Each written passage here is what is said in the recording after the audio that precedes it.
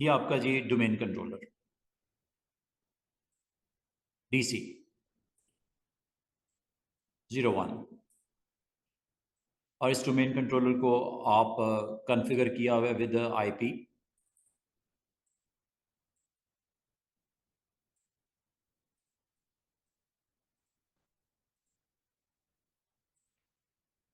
और as a domain controller आपने इसके ऊपर रोल जो इंस्टॉल किया हुआ है, एक ऑलरेडी रोल इंस्टॉल है इस पे, एक्टिव डायरेक्टरी डोमेन सर्विसेज का। लाजमी ये रोल होगा तो डोमेन कंट्रोलर होगा, ये तो ऑब्वियस सी बात है। ठीक है। और आज हम इसको यहाँ पे अपना कंटेंट, कंपनी अपना कंटेंट पब्लिश करना चाह रही है टू द क्लाइंट। ये आपके पास कनेक्टेड स्विच, और स्विच के साथ connected users, mister Sana, mister Awais, mister Abdullah. As a user आप जब साइन इन करते हो, मिस्टर अब्दुल्ला साइन इन करते हैं, मिस्टर सना साइन इन करते हैं, तो यहाँ पे आप अपने इन यूज़र्स को, क्लाइंट को फैसिलिटेट करना चाह रहे हो, अपनी वेबसाइट का कंटेंट इनको पब्लिश करना चाह रहे हो। उसके लिए एक काम ये हो सकता है कि यहाँ पे एक सर्वर अलग से डिप्लॉय कर लिया जाए, और इसका डेजिग्नेशन क्या होगा कि विंडोज़ 2016 में इंस्टॉल होगा, और ये एज ए वेब सर्वर यहाँ पे आप डिप्लॉय कर देते हैं। Web server, web server of your company, this is web server of your company. अच्छा, वेब सर्वर किस तरह बनता है? वेब सर्वर के लिए very simple way is that कि आप विंडोज 2016 ऑपरेटिंग सिस्टम रिक्वायर्ड है, एक चीज। दूसरा, इसके ऊपर हमें वेब सर्वर का रोल इंस्टॉल करना पड़ेगा, बस। कुछ कॉन्फ़िगरेशन रिक्वायर्ड होगी, कुछ कॉन्फ़िगरेशन रिक्वायर्ड होगी आफ्टर। और जो कंटेंट आपने पब्लिश करना है, इसमें एक मेक श्योर करना है, एक फोल्डर होगा www का। इस फोल्डर में आपने एक फाइल क्रिएट करनी है। वैसे तो इसमें 3-4 फाइल्स पहले ऑलरेडी क्रिएटेड होती हैं, लेकिन हम आमतौर पे रेकमेंड करते हैं फाइल का नाम, जो लैंडिंग पेज होता है कंपनी का, वो लैंडिंग पेज होता है विद नेम index.html, index.html। इसमें कंटेंट पड़ा होगा आपका लैंडिंग पेज कंपनी का। और ये जो इसके अंदर कंटेंट जो आप रखोगे, जो कि HTML का लाजमत है, आप एज ए वेब डेवलपर अगर आप HTML में कोडिंग करते हो, तो यहाँ पे जो ब्राउज़र है, ब्राउज़र में अगर इस वेबसाइट के, या आप कंपनी का वेबसाइट आप देना चाह रहे हो, मिसाल के तौर पे www.ict.local कंपनी की वेबसाइट जो आपने पब्लिश की है, तो इसका कंटेंट यहाँ पे आपको मिलेगा, मिस्टर अब्दुल्ला को भी मिलेगा, मिस्टर सनाउल्लाह को भी मिलेगा। अब ये जो वेब सर्वर है, ये अगर हम अलहदा से कॉन्फ़िगर नहीं करते, ठीक है, अलहदा से कॉन्फ़िगर नहीं करते, तो ये वेब सर्वर का रोल आप इधर भी इंस्टॉल कर सकते हो विद योर सेम मशीन। ठीक है। इसी मशीन के ऊपर आप ये दोनों रोल्स इंस्टॉल कर लो, दोनों रोल्स आप यहाँ पे इंस्टॉल कर लो। एक्टिव डायरेक्टरी डोमेन सर्विसेज का तो और रोल ऑटोमेटिकली पहले से ऑब्वियसली इंस्टॉल होता है, प्लस ये DNS सर्वर भी है। ठीक है। और कल के दिन हम इसको DHCP सर्वर का भी रोल इस पे इंस्टॉल कर देंगे। नेक्स्ट जो हमारी लैब है, DHCP का रोल भी इसमें इंस्टॉल कर देंगे। DNS तो आपको पता है, जब आपने एक्टिव डायरेक्टरी डोमेन सर्विसेज का रोल इंस्टॉल किया था, उस वक्त आपने इसको DNS सर्वर भी बना दिया था।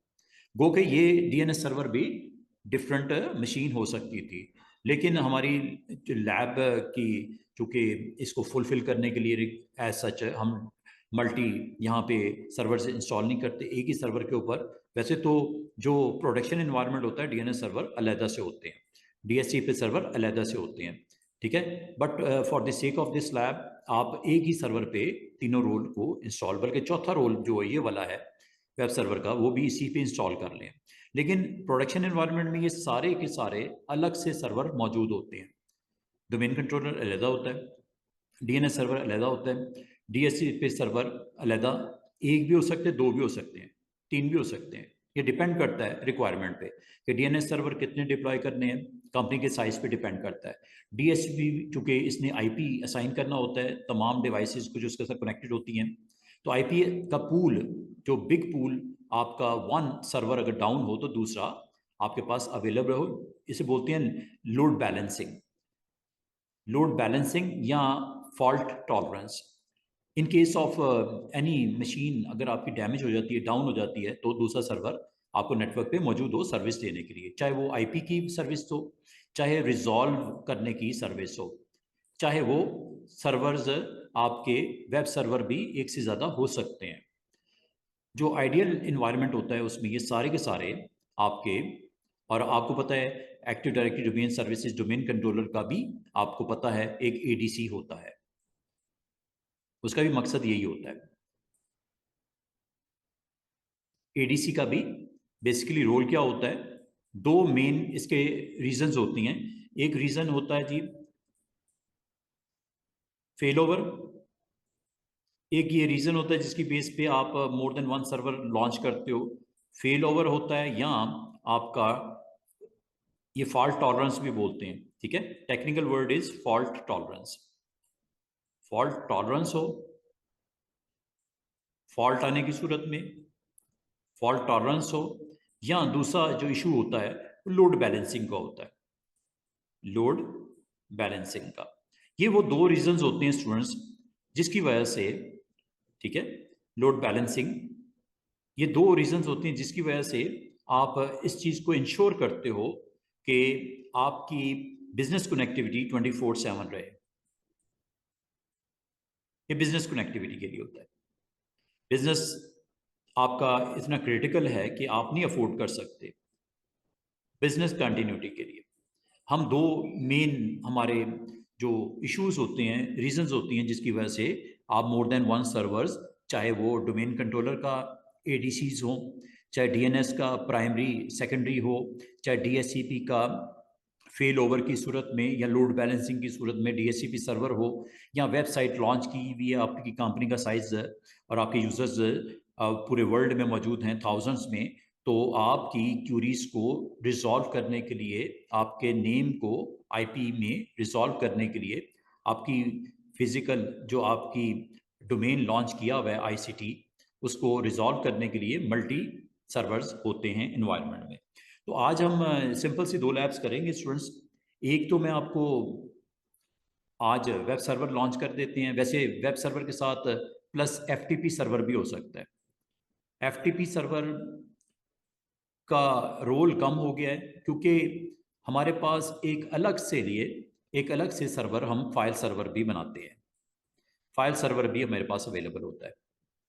फाइल सर्वर आपका सॉल्यूशन एफटीपी को, फिर हम सॉल्यूशन में जब फाइल सर्वर इंट्रोड्यूस होता है तो एफटीपी को हम ड्रॉप कर देते हैं। मकसद क्या होता है, फाइल्स को स्टोर करने के लिए, अपलोड करने के लिए एक अलग से स्टोरेज।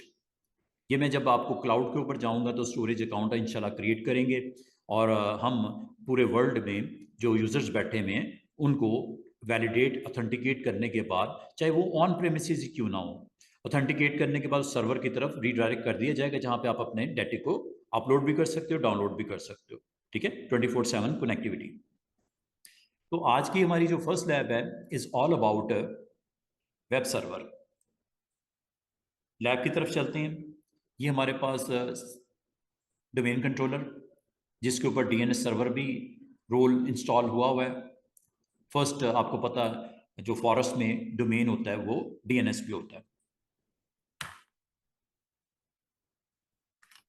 कल से ना मैं आपको इंशाल्लाह इसका इंट्रोडक्शन देना शुरू कर दूंगा, ये क्लाउड के ऊपर आइडेंटिटीज को किस तरह आप एडी कनेक्ट के साथ सिंक कैसे करते हो, और उनको अगर आपने माइक्रोसॉफ्ट ऑफिस 365 आपको प्रोवाइड करना है, ऑन प्रेमिसेस जो आपके अकाउंट्स हैं उन्हीं को ऑथेंटिकेट किया जाए, ना कि अलग से उनकी आइडेंटिटीज क्लाउड के ऊपर बनाई जाए। सेम आइडेंटिटीज आपकी यूज हो जाएंगी क्लाउड के ऊपर। उसमें थोड़ा सा इंट्रोडक्शन दूंगा माइक्रोसॉफ्ट अजूर का, अकाउंट का, एक्टिव डायरेक्टरी का, यूजर का अकाउंट कैसे बनते हैं क्लाउड के लिए, और अगर गेस्ट यूजर हैं उनको इनवाइट कैसे करते हैं, अगर ऑन प्रेमिसेस यूजर हैं तो उनको हम किस तरह सिंक करते हैं हमारे पास AD कनेक्ट के नाम से एक इम्पॉर्टेंट सर्विस होती है कि जो यूज़र्स आपने 550 हैं, 500 हैं, उन यूज़र्स को किस तरह आपने सिंक करना है क्लाउड के लिए। अच्छा जी, अभी राइट नाउ यहाँ पे आप यहाँ पे देख रहे हो कि करंट सर्वर जो आपका लोकल सर्वर है और DC01 नेम है ICT.local, और बाकी इसकी प्रॉपर्टीज़ आपको यहाँ पे दिख रही होंगी। यहाँ पे एक्टिव डायरेक्टरी डोमेन सर्विस का रोल इंस्टॉल्ड है। इसके अलावा DNS यहाँ पे ऑलमोस्ट पहले से हमने इंस्टॉल किया हुआ है। जहाँ तक फाइल स्टोरेज है, इसमें शेयरिंग कैसे होती है, इसको किस तरह आप वैलिडेट करके आप अवेलेबल कर सकते हो, ये शेयरिंग का है कि फाइल सर्वर अगर आप लॉन्च करो तो यहाँ पे यूज़ होता है।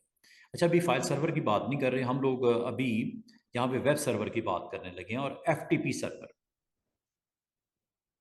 आमतौर पे जो कंपनीज होती है ना, वो FTP सर्वर की फैसिलिटी देते हैं ताकि आप अपने डेटे को इंस्टेड ऑफ यूजिंग USBs, जो कि आपको पता है आपकी इम्पॉर्टेंट रोल प्ले करते हैं वायरस को।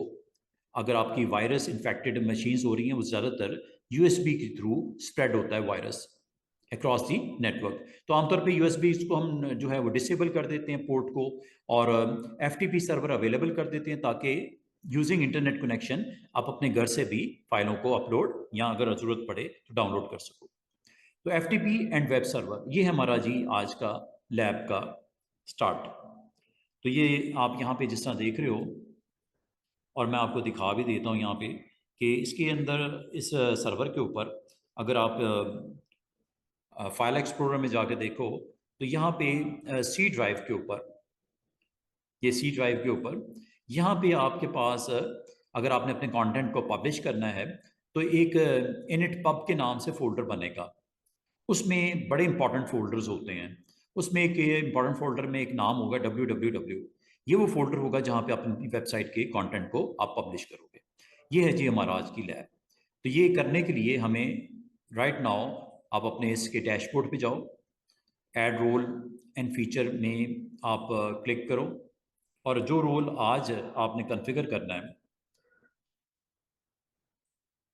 इस सर्वर के ऊपर, other than DNS, other than active directory domain services, you need to configure web server internet information services के लिए, IIS, इंटरनेट इंफॉर्मेशन सर्विसेज के लिए। अगर आप इसको क्लिक करो और क्लिक करने के बाद अगर आप इसके साथ कनेक्टेड जो फीचर्स हैं उनको ऐड करवा लो, तो ये आपको साइट के ऊपर, राइट साइड के ऊपर आपको ये डिस्क्रिप्शन में इस चीज़ का अच्छा आपको एक एक्सपोजर मिल जाता है कि ये एक सर्विस है, web server internet information services provides a reliable, manageable and scalable web application infrastructure. और अगर आपकी कोई कंपनी है और आप अपनी कंपनी की वेबसाइट को लॉन्च करना चाह रहे हो और अपने नेटवर्क में मौजूद यूजर्स को फैसिलिटेट करना चाह रहे हो विद दैट वेबसाइट कंटेंट, और उसके थ्रू आप किसी ऐप्स की भी आप रीच दे सकते हो, और उसके थ्रू आप अपने डिफरेंट जो कंटेंट आपका करंट वेबसाइट का है उसको भी आप अपनी ज़रूरत के मुताबिक अपडेट करने के बाद वो कंटेंट आप पब्लिश करना चाह रहे हो अपने यूज़र्स के लिए। तो ये सिंपल एक वे होता है, ये जो मैं आपको भी करवा रहा हूँ। इसी तरह की पैरेलल एक्टिविटी इंशाल्लाह हम लोग करेंगे क्लाउड के ऊपर। वहाँ पे भी मैं आपको DNS कैसे कॉन्फ़िगर किया जाता है, internet information service web server के लिए आप वहाँ पे यही काम अगर करना हो और पूरे वर्ल्ड में आपका उस वेबसाइट की एक्सेस आपको चाहिए, कौन सी पोर्ट्स के ऊपर काम करेंगे, एक्सेस कैसे मिलेगी, कौन सी पोर्ट ओपन करनी पड़ेगी, और कौन कौन से इसमें इम्पॉर्टेंट आपकी कॉन्फ़िगरेशन रिक्वायर्ड है टू लॉन्च योर वेबसाइट। ये होगा हमारा इंशाल्लाह। कल से मैं इसका आपको स्टार्ट करवा दूंगा बेसिक्स क्लाउड के हवाले से, ठीक है। क्योंकि AZ 800 is not all about on premises, as well as इसमें इंक्लूड है आपका क्लाउड का पार्ट। तो क्लाउड पार्ट पे हम इंशाल्लाह कल जा रहे हैं। आज मैं आपको चाह रहा था DNS और DHCP को बेसिक आइडिया आपको दे दूं। वैसे तो डिटेल इसकी काफ़ी सारी है, लैब्स भी काफ़ी सारी हो सकती हैं इसकी। DHCP की भी लैब्स काफ़ी स्ट्रॉन्ग लैब्स हैं, वो भी हमें डिटेल उसकी अगर आप कहोगे तो मैं शेयर कर लूँगा। आज मैं बेसिक इसका आइडिया देने लगा हूँ। ये आपने इस रोल को आपने नेक्स्ट कर देना है। नेक्स्ट करने के बाद यहाँ पे इसमें जो बाय डिफ़ॉल्ट आपकी होती हैं सारी फीचर्स, इसमें एक फ़ीचर ये भी बड़ी इंपॉर्टेंट है, IPAM servers, IP address management server. ये असल में ये अगर आप एक्टिव करते हो तो DNS प्लस DHCP 2 in 1 ये रोल आपको मिल जाता है। फिलहाल आज की लैब नहीं हमारी। और इसी तरह नेटवर्क लोड बैलेंसिंग की भी सर्विस आपको अवेलेबल कर देती है। अगर आपका एक सर्वर किसी वजह से जो है ओवरलोड हो गया है तो दूसरा आपको नेटवर्क पे लोड बैलेंसिंग के लिए इसे इस्तेमाल कर सकते हैं। फिलहाल अभी इसमें से हमें एज सच कुछ नहीं रिक्वायर्ड, ठीक है, हमारी सिंपल लैब है, इसमें हमें एज सच यहाँ पे अभी कुछ नहीं रिक्वायर्ड। इसको इसी तरह हम नेक्स्ट कर देते हैं फीचर्स को। अब ये आपको वेब सर्वर होते क्या हैं? कंप्यूटर्स होते हैं that let you share information over the internet और through intranet and extranet. The web server role includes IIS with enhanced security, diagnostic and administration, a unified web platform that integrate ASP.NET and Windows Communication Foundation. और इसमें includes the installation of role that enables you to serve क्या static content, make minor customization such as default document and HTTP errors, monitor and log servers activity and configure static content compression. अच्छा, यहाँ पे अगर आप role के बारे में मज़ीद इंस्टॉल जब होगा वेब सर्वर का, तो इसमें आपको यहाँ पे साइट पे डिस्क्रिप्शन में ये भी बताया जा रहा है, ये सपोर्ट देता है HTML की websites and optional support for ASP.NET, ASP and web server extension. You can use the web server to host an internal और एक्सटर्नल वेबसाइट और to provide an environment for developers to create web based application के लिए। अच्छा, इसमें अगर आप थोड़ा सा स्क्रॉल डाउन करो, बाद का स्टूडेंट कहते हैं कि सर ये जो हम वेब सर्वर लॉन्च करते हैं, क्या आप अपनी कंपनी का जो FTP सर्वर भी कॉन्फ़िगर कर सकते हैं? क्या उसके लिए हमें इसकी एक्स्ट्रा रोल की ज़रूरत पड़ती है? क्या इसको ऑन करना है? अंडर वेब सर्वर रोल, ये देख रहे हैं आपको लेफ्ट साइड पे, under web server role there is a role services. और अगर आप जाना चाह रहे हो FTP सर्वर के लिए तो यहाँ से आपको ऑन करना पड़ता है। वैसे तो ये बाद में अलग से भी कर सकते हैं, लेकिन इन वन गो अगर आप करना चाहें FTP सर्वर सर्विसेज को भी एक्टिवेट कर दिया जाएगा। जहाँ तक FTP सर्वर है students, enable the transfer of files, ये इसका प्रोटोकॉल का नाम है फाइल ट्रांसफर प्रोटोकॉल। तो FTP एक इम्पॉर्टेंट प्रोटोकॉल है, एक ऐसा सर्विस है जो सर्वर के तौर पे आपका अवेलेबल हो जाता है। और ये क्लाइंट जो कि मैं, आप, मिस्टर सना अब्दुल्ला, मिस्टर अवैस साहब, ये सारे जो हैं क्लाइंट अगर नेटवर्क में मौजूद हैं, और इस प्रोटोकॉल के थ्रू ये इंश्योर करता है कि कनेक्शन स्टैब्लिश होता है जो आपकी फ़ाइलों को ट्रांसफ़र करने के लिए इस रिक्वायर्ड लोकेशन के ऊपर जो भी आपकी है वहाँ पे आपको हेल्पफुल होता है। गो के फाइल सर्वर एक अलग से भी आपको अवेलेबल है सर्विस, जो आपको फैसिलिटेट करता है कि आप अपनी फ़ाइलों को एक सेंट्रलाइज लोकेशन के ऊपर अपलोड या डाउनलोड कर सको। चलें, अभी FTP सर्वर अभी ऑन करके देखना है तो देख सकते हो, नेक्स्ट कर लेते हैं। रीस्टार्ट अगर रिक्वायर्ड है कॉन्फ़िगरेशन के बाद तो ज़रूर करें, यस कर देते हैं। इंस्टॉलेशन स्टार्ट हो गई है।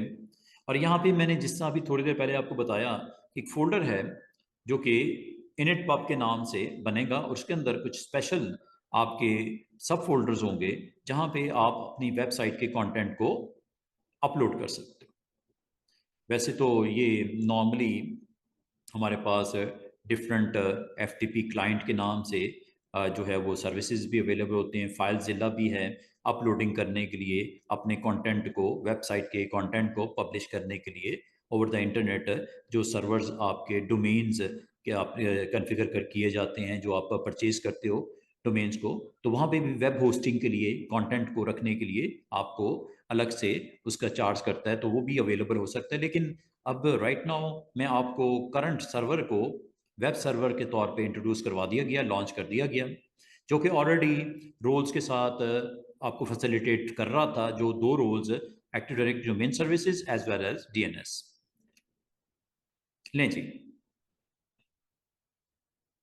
यहाँ पे आप देख रहे हो इंटरनेट इंफॉर्मेशन सर्विसेज। अब आपको ये फैसिलिटेट करेगा टूल्स मेन्यू में। ठीक है, टूल्स मेन्यू में हम देखेंगे इंटरनेट इंफॉर्मेशन सर्विसेज के नाम से एक टूल अवेलेबल हो चुका होगा। लेकिन उससे पहले मैं आपको वो फोल्डर ज़रूर दिखाऊंगा जो after installation of that role, configuration of that role available हो चुका है।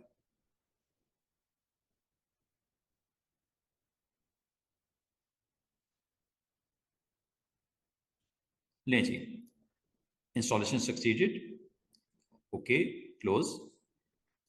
और ये है वो फोल्डर। ये आपके पब के नाम से, इनिट पब के नाम से, ये आपको, जिसमें आपके पास जो कस्टमाइज एरर्स हैं, एफटीपी रूट सर्वर्स हैं, हिस्ट्री हैं, लॉग्स हैं, टेम्प फाइल्स हैं, और www रूट के नाम से एक फोल्डर। ये आपको यहाँ पे भी दिख रहा है, डबल क्लिक करके ये आपको पूरी की पूरी एक लिस्ट दिखाई देगी। और ये वो आपका एफटीपी रूट जो आपने इसमें सर्विस ऑन की थी, इसके ऊपर अगर आप डबल क्लिक करो, ये एम्प्टी पड़ा हुआ है। और अगर आपने वेब सर्वर के लिए जाना चाह रहे हो, अपने कंटेंट को पब्लिश करना चाह रहे हो, तो आपको www रूट में जब एंटर होगे तो इसमें एक डिफ़ॉल्ट आपकी वेब कंटेंट आपको होल्ड करा हुआ एक वेबसाइट का यहाँ पे नज़र आएगा। ये इंटरनेट इंफॉर्मेशन सिस्टम्स सर्विसेज की तरफ से एक स्टार्टिंग या लैंडिंग पेज है। अगर आप इसको बनाना चाहो या देखना चाहो या चेंज करना चाहो, यू कैन डू इट। अभी मैं अगर आपको ओपन करके दिखाऊं, इसका कंटेंट कुछ इस तरह का होता है। ये जिसका कंटेंट, ये जब आप अपनी वेबसाइट लॉन्च करते हो तो ये आपको टेम्पलेट वेबसाइट है, ये टेम्पलेट एक देता है। ठीक है, अगर आप अपनी वेबसाइट का कंटेंट यहाँ पे रखना चाहो तो एक काम कर सकते हो, आप एक नई फाइल बनाओ, इंडेक्स या जो भी आपका लैंडिंग पेज का नाम देना है वो .html। ठीक है, आप अपना कंटेंट खुद से भी डेवलप कर सकते हो। जब तक आप अपना कंटेंट यहाँ पे www रूट में HTML की फॉर्मेट में नहीं रखोगे, ये एज ए टेम्पलेट यूज होगा, IIS start.html। अभी मैं क्लोज करता हूँ इसको। अभी इसका मैं आपको एग्जैक्टली दिखाता हूँ कि क्या है ये। तो important folder is init pub में www रूट, और इसमें डिफॉल्ट जो टेम्पलेट पड़ा हुआ है वो ये पड़ा हुआ है। अगर आप इसको कॉन्फ़िगर करना चाहो तो इसकी कॉन्फ़िगरेशन के लिए, ये तो मैंने जी रोल इंस्टॉल किया है, अब फर्दर कॉन्फ़िगरेशन के लिए आपको टूल्स में जाना पड़ेगा। और टूल्स में जाके यहाँ पे इंटरनेट इंफॉर्मेशन सर्विसेज के नाम से एक मैनेजर अवेलेबल है, इसका कंसोल ओपन होगा लाइक दिस।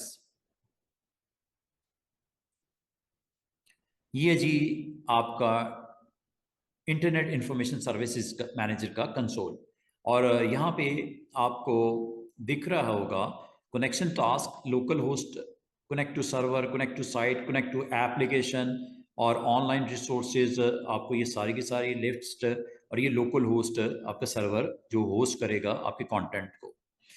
इसके बिल्कुल लेफ्ट साइड पे एक ट्री नजर आएगी आपको, जिसमें स्टार्ट पेज टाइटल है इसका, और इसके अंडर ये आपका डोमेन कंट्रोलर और आपका अकाउंट है जो इस वक्त एडमिनिस्ट्रेटर के अकाउंट। और यहाँ पे आपको दो इम्पॉर्टेंट इसकी नोट्स नजर आएंगी। एक एप्लीकेशन पूल है, डिफॉल्ट पूल, ये आपके पास, this page lets you view and manage the list of application pool on the server. Application pools are associated with worker processes, contain one or more application and provide this isolation among different application। यहाँ पे जी आप अपनी add करवा सकते हो application को, जो जो आपने प्रोवाइड करनी है यूजर्स को, एप्लीकेशन का पूल यहाँ पे डिफाइन कर सकते हो। इसका फ़ायदा ये होगा कि जो लोग आपकी इस वेबसाइट को एक्सेस करेंगे, उनको अगर डिफरेंट एप्लीकेशन आपने यहाँ पे प्रोवाइड करनी है, यहाँ से आप उसको ऐड करवा लोगे। ऐड एप्लीकेशन पूल में जाके यहाँ पे आप इसके डिफरेंट वर्जन्स और इंटीग्रेशन ईच एंड एवरीथिंग ये आप कर सकते हो। अभी हमारा करंट मकसद जो है वो वेबसाइट के कंटेंट के हवाले से है, तो आप साइट्स पे चले जाओ, और साइट्स में इसको अगर आप एक्सपैंड करो तो ये आपकी डिफ़ॉल्ट वेबसाइट के नाम से लिंक नज़र आएगा। इस लिंक के ऊपर अगर आप क्लिक करो तो इसके सेंटर पार्ट के ऊपर इसको कॉन्फ़िगर करने के लिए जो इंटरनेट इंफॉर्मेशन सर्विसेज के ये फ़िल्टर नज़र आ रहे हैं, ऑथेंटिकेशन है, कंप्रेशन है, डिफॉल्ट डॉक्यूमेंट्स भी है। डिफॉल्ट डॉक्यूमेंट्स पे जरा क्लिक करते हैं, ठीक है, डबल क्लिक। डिफॉल्ट जो आपकी डॉक्यूमेंट जो अभी थोड़ी देर पहले आपको मैंने बताया www रूट, ये यहाँ पे use this feature to specify the default files to return when a client does not request a specific file, set default document in order of priority. और जब कभी आपके नेटवर्क पे मौजूद वेब सर्वर के थ्रू आपके कंटेंट को जो पब्लिश किया जाएगा और आप एज ए यूज़र जब कनेक्ट होगे इस सर्वर के साथ ऑथेंटिकेट होने के बाद यूज़र अकाउंट पासवर्ड के बाद, तो जो डिफ़ॉल्ट जो आपका .html अगर आपकी कोई बनी हुई है या ASP फाइल है या नेक्स्ट प्रायोरिटी में इंडेक्स फाइल है, अभी अगर गौर करो स्टूडेंट, HTML या STM दोनों में से कोई भी हो सकती है। अभी ये चारों के चारों अगर आप प्रायोरिटी वाइज देख रहे हो, ये आपके www रूट के साथ इसका कोई ताल्लुक नहीं है, कोई फाइल एग्जिस्ट नहीं करती। जो एग्जिस्ट करती है वो ये टेम्पलेट पेज है, ये एग्जिस्ट जरूर करता है। और एज ए आप यूज़र ऑफ दैट डिवाइस अगर आप इसको देखना चाहो तो आप देख सकते हो साइन इन करके, यहाँ पे भी देखा जा सकता है। यहाँ पे अगर आप देखना चाहो तो ये देखिएगा, यहाँ पे आपके पास ऑप्शन मौजूद है बिल्कुल राइट साइड के ऊपर। आप अगर सर्विस को मैनेज करना चाह रहे हो, रिस्टार्ट करना चाह रहे हो, कुछ कन्फिग्रेशन चेंज हुई है, कोई वेबसाइट के कंटेंट चेंज हुआ है, रिस्टार्ट भी कर सकते हो, स्टॉप भी कर सकते हो, फर्दर इसकी परमिशंस भी दे सकते हो, बाइंडिंग वाइंडिंग ये सारा कुछ। यहाँ पे एक ऑप्शन आएगी ब्राउज़र, और ये चूंकि आपकी सिक्योर वेबसाइट नहीं है, हमें यहाँ पे सर्टिफिकेट को इंट्रोड्यूस नहीं करवाया, ना हमने एज ए सर्टिफिकेट सर्वर हमारे नेटवर्क पे मौजूद है या इंटरनेट से हमने किसी से उसको परचेज किया या कनेक्ट किया विद योर वेबसाइट ताकि कंटेंट को मज़ीद हम लोग सिक्योर कर सकें। तो अभी ऐसा कोई सीन नहीं है। यहाँ पे अगर आप गौर करो तो वो वेबसाइट जो अभी थोड़ी देर पहले आपको मैंने दिखाई है टेम्पलेट पेज की, जो कि www रूट में इस वक्त मौजूद है, ये उस वेबसाइट को हिट करेगा और लोड कर देगा। ये ले, पहले वो चेक करेगा डिफॉल्ट डॉक्यूमेंट है, डिफॉल्ट ASP फाइल है, HTML इंडेक्स के साथ मौजूद है। अगर है वेल एंड गुड, नहीं है तो इसने लास्ट वाली जो लिस्ट में ऑप्शन थी जो कि डिफॉल्ट डॉक्यूमेंट में लास्ट फाइल थी वो iistart.html, और ये ओपन होगी, ये देखो ये ओपन होगी। क्लोज कर देते हैं फिलहाल।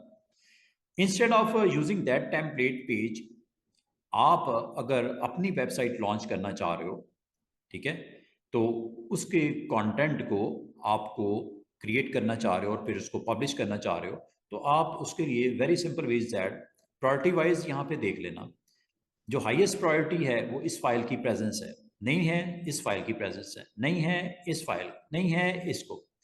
तो मैं आपको इस एक सिंपल इस फाइल को हम यहाँ पे करने लगे हैं। और अगर वैसे भी आप प्रायोरिटी वाइज जिस फाइल को, ज़रूरी नहीं है स्टूडेंट्स कि आपने इन्हीं फाइलों में से कोई फाइल का नाम दो, आप यहाँ पे ऐड भी कर सकते हो। आपकी कंपनी के जो लैंडिंग पेज है उसका नाम है मिसाल के तौर पे ICT.html, तो यहाँ पे अगर वो नहीं मौजूद कोई टेंशन नहीं, यहाँ पे ऐड करवा लो।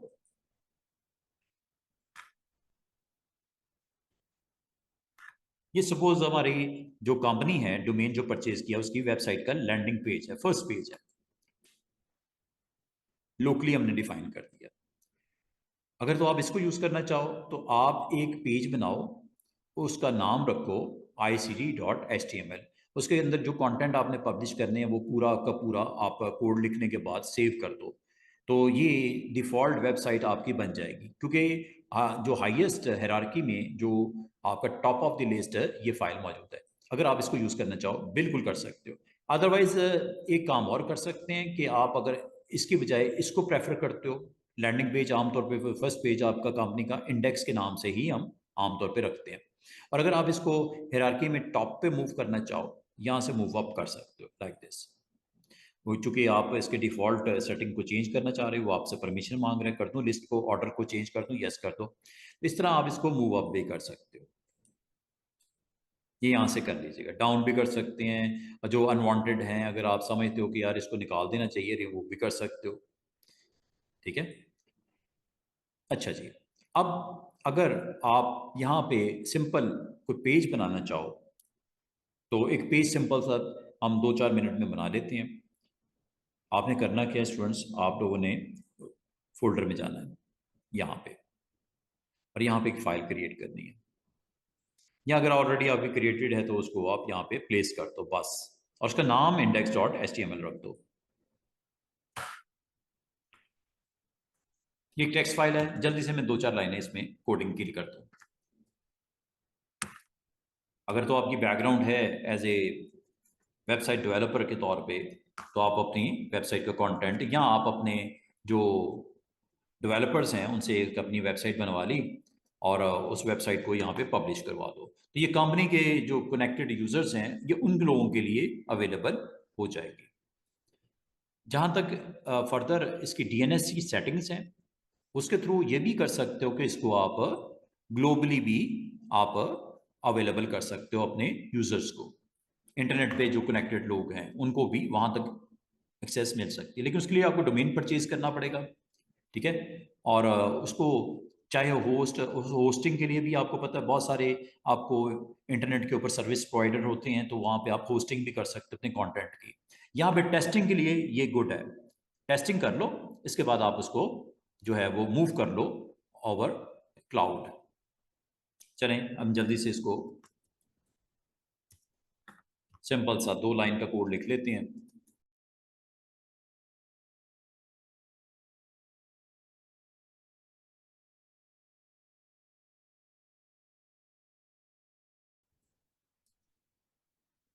नहीं जी, काफ़ी है, सेव करते हैं इसको।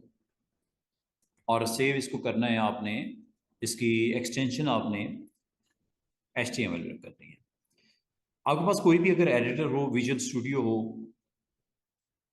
पाइथन में कोडिंग करनी हो, विजुअल स्टूडियो में करनी हो, आप किसी भी आप एडिटर में जाके इसका कोड राइट कर सकते। ड्रीम वीवर में ले लो, अगर आपकी कोई बैकग्राउंड है इस हवाले से एज ए वेब डेवलपर। ये बिल्कुल बेसिक सा मैंने कोड लिख दिया, HTML इसकी एक्सटेंशन दे दी, ऑल फाइल्स को ऑन कर दिया। यहाँ पे अब आपके पास जिस तरह IIS स्टार्ट के नाम से टेम्पलेट फाइल थी, ये हमने अपनी बना दी। ये समझ लो आपने अपनी वेबसाइट बना दी,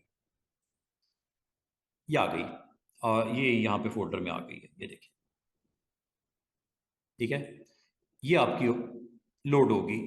अगर अब आप इसको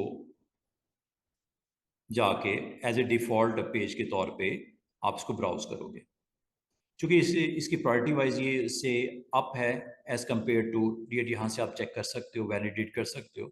इसकी चूंकि प्रायोरिटी हाई है as compare to this file, that's why this file must respond.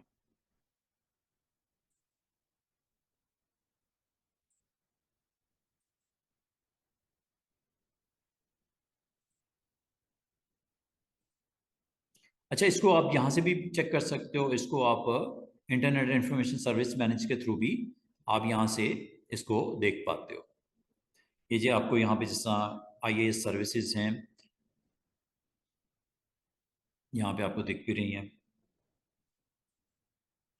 और ये वेबसाइट का कंटेंट डिफ़ॉल्ट जो वेबसाइट है आपकी, ये अब आपको यहाँ से भी अवेलेबल हो चुकी है। गो के सिक्योर नहीं है, ठीक है। गो के protocol name is HTTP, not HTTPS। इसको मोर सिक्योर किया जा सकता है, नहीं जी, ये आपको यहाँ पे दिख रहा है, ठीक है। और अगर आप नेटवर्क पे मौजूद डिवाइसेस के ऊपर साइन इन किया जाता है, अगर यहाँ पे भी ज़रा चेक कर लेते हैं एक दफ़ा, मिस्टर अब्दुल्ला का साइन इन कर लेते हैं। अच्छा, ये आपको HTTP और डबल/लोकल होस्ट के ऊपर आपको ये दिख रहा है। अच्छा, अभी मैं एक तो DNS को कॉन्फ़िगर हमें अगर रिक्वायर्ड है तो कैसे करना है। फॉरवर्ड लुकअप ज़ोन, यहाँ पे ICT लोकल, और यहाँ पे अगर आप अपना कैनोनिकल नेम आप अगर www के नाम से अगर आप एग्जिस्ट करना चाहो, क्रिएट करना चाहो, तो ये यहाँ से आप इसको क्रिएट कर सकते हो, सी नेम। या आप इसमें रिसोर्स रिकॉर्ड ए को कॉन्फ़िगर करना चाहो विद IP बाइंडिंग के साथ, ये भी किया जा सकता है ऐसे।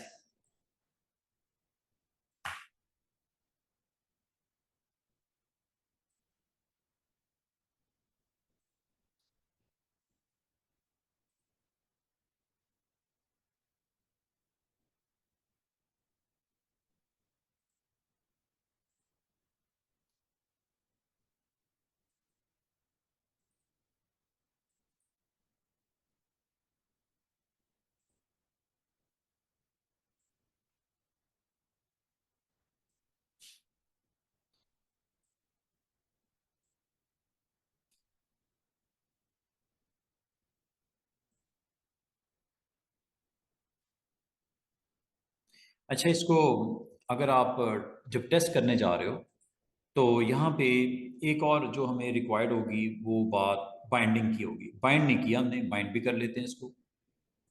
तो बाइंडिंग की ऑप्शन हमें वहाँ पे दिखाई दे रही थी, हमने जस्ट उसको बाईपास कर दिया। ये जी बाइंडिंग, वेबसाइट को अब बाइंड करवा दो, ये बाइंडिंग। ठीक है, ये बाइंडिंग की ऑप्शन है। यहाँ पे आप चूंकि आपकी जो पोर्ट नंबर है 80 के ऊपर आप इसको कनेक्ट करते हो, बाइंड कर देते हो। यहाँ पे एडिट करके आप अपनी वेबसाइट का कंटेंट आईपी के साथ आप कनेक्ट कर देते हो, पोर्ट नंबर 80। और होस्ट नेम इज,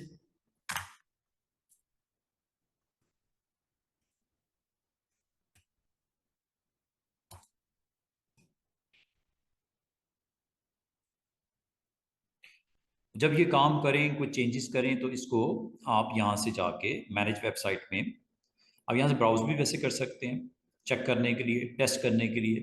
दूसरा, इसको रीस्टार्ट करके ताकि एक दफ़ा जो अपडेशन है वो हो जाए। स्टॉप भी करके देख सकते हैं, ब्राउज डायरेक्ट यहाँ से। अब ये रिकॉर्ड को सर्च कर रहा है, www, उसको नहीं मिल रहा। ठीक है, ये वो इसको बोलते हैं रिसोर्स रिकॉर्ड। तो रिसोर्स रिकॉर्ड इसको चूंकि नहीं मिल रहा, मैंने वहाँ पे www टाइप कर दिया। तो रिसोर्स रिकॉर्ड के लिए आपको डीएनएस में कॉन्फ़िगरेशन रिक्वायर्ड होगी। तो डीएनएस में यहाँ पे आपको रिसोर्स रिकॉर्ड को ऐड करके यहाँ पे बाइंड करने से पहले ये ज़रूर कर लेना।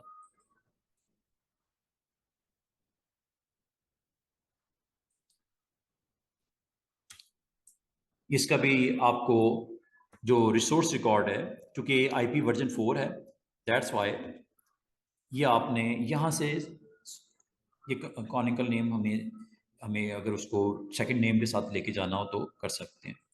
ये देखिए, आपने यहाँ पे राइट क्लिक करना है, और ये चूंकि आपका बाइंडिंग जो है आईपी वर्जन 4 के साथ करने जा रही हैं, या आईपी वर्जन 6 भी है, ये दोनों के लिए यहाँ पे आप दे सकते हो कॉन्फ़िगरेशन इसकी।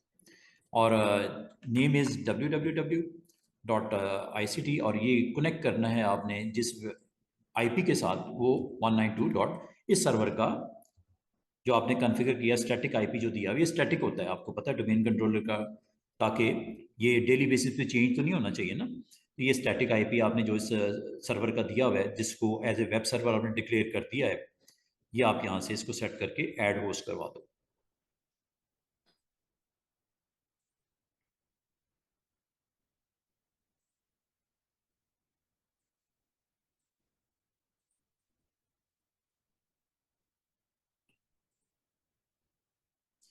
ये आपने यहाँ पे इसको कॉन्फ़िगर कर चुके हैं।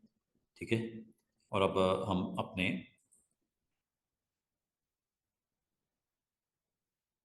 और ये आपको यहाँ पे दिख भी रहा है साइड के ऊपर, browse with www.ict.local on 192.168.10.10 on port number 80। और ये जो चीज़, हाँ, वेबसाइट ओपन नहीं कर रहा। अच्छा, देख लेते हैं क्या रीज़न है इसकी। थोड़ा सा इसको रिक्वायर्ड होता है टाइम, लेकिन ये बाइंडिंग में आपने ये काम जो किया है उसके मुताबिक पोर्ट नंबर 80 के थ्रू आपको एक्सेस मिल जाएगी। इसको ज़रा एक दफ़ा सिर्फ इसका आप चेक कर लो कि कहीं इसका डीएनएस वैल्यू तो डिस्टर्ब नहीं है, क्योंकि डीएनएस के थ्रू इसने करना होता है एक्सेस। आईपी चेक कर लेते हैं, ये काफ़ी दिन बंद रहा है, इसे देख लेते हैं एक दफ़ा। Looking good. अच्छा, अब ज़रा मिस्टर अब्दुल्ला को भी इधर चेक करते हैं, गिविंग बाय दिस वैल्यू।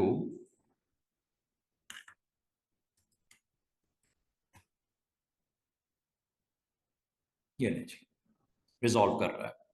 ठीक है, ये जो आपने कॉन्फ़िगर किया है डीएनएस का रिसोर्स रिकॉर्ड, आपने आईपी वर्जन 4 के लिए ए कॉन्फ़िगर किया, ए रिकॉर्ड। और भी रिसोर्स रिकॉर्ड्स की एक लंबी चौड़ी लिस्ट है, start of authority, name server, pointer record, और ए रिकॉर्ड, और एक्सचेंज सर्वर के लिए एमएक्स रिकॉर्ड। और अगर आपने इसको कॉन्फ़िगर करना है ओवर इसको अगर आपने कॉन्फ़िगर करना है, आप होस्ट अगर आपने करवाया है कंटेंट या आपने डोमेन परचेज किया हुआ है, तो आपको टीएक्सटी रिकॉर्ड भी कॉन्फ़िगर करना पड़ता है। वो इंशाल्लाह जब मैं आपको क्लाउड के ऊपर लेके जाऊंगा तो टीएक्सटी वैल्यू भी कॉन्फ़िगर करना सिखाऊंगा। अभी आपने आईपी वर्जन के साथ इसको बाइंड किया और ये आपको यहाँ पे इसका रिप्लाई यहाँ पे नज़र आ रहा है।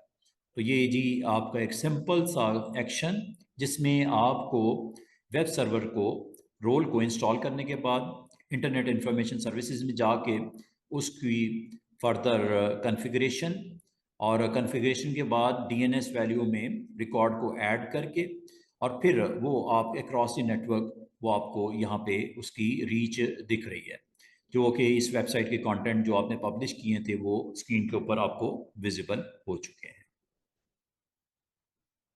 अच्छा, ये तो सिंपल सी एक लैब थी जिसमें मैंने आपको कंटेंट को पब्लिश करके और उसको किस तरह आपने इस सर्विस को एक्टिवेट करके कॉन्फ़िगरेशन करके डीएनएस की वैल्यूज़ को वहाँ पे सेट करने के बाद अवेलेबल कर दिया क्रॉस दी नेटवर्क।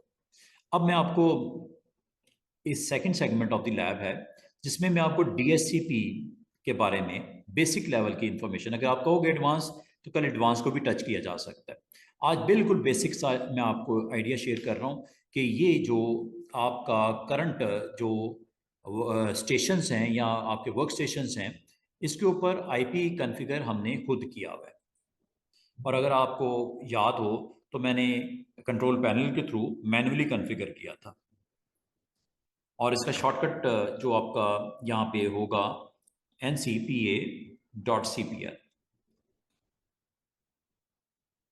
कंट्रोल पैनल आइटम है। और यहाँ पे अगर आप गौर करो तो यहाँ पे इस वक्त करंटली प्रॉपर्टीज में ये कॉन्फ़िगर हुआ है इसका आईपी।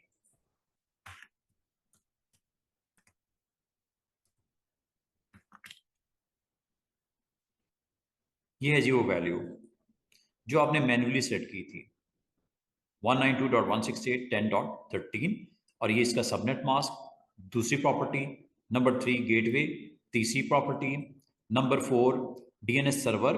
और अगर more than one DNS server हो तो इसे बोलते हैं alternate DNS server, big companies में होता है।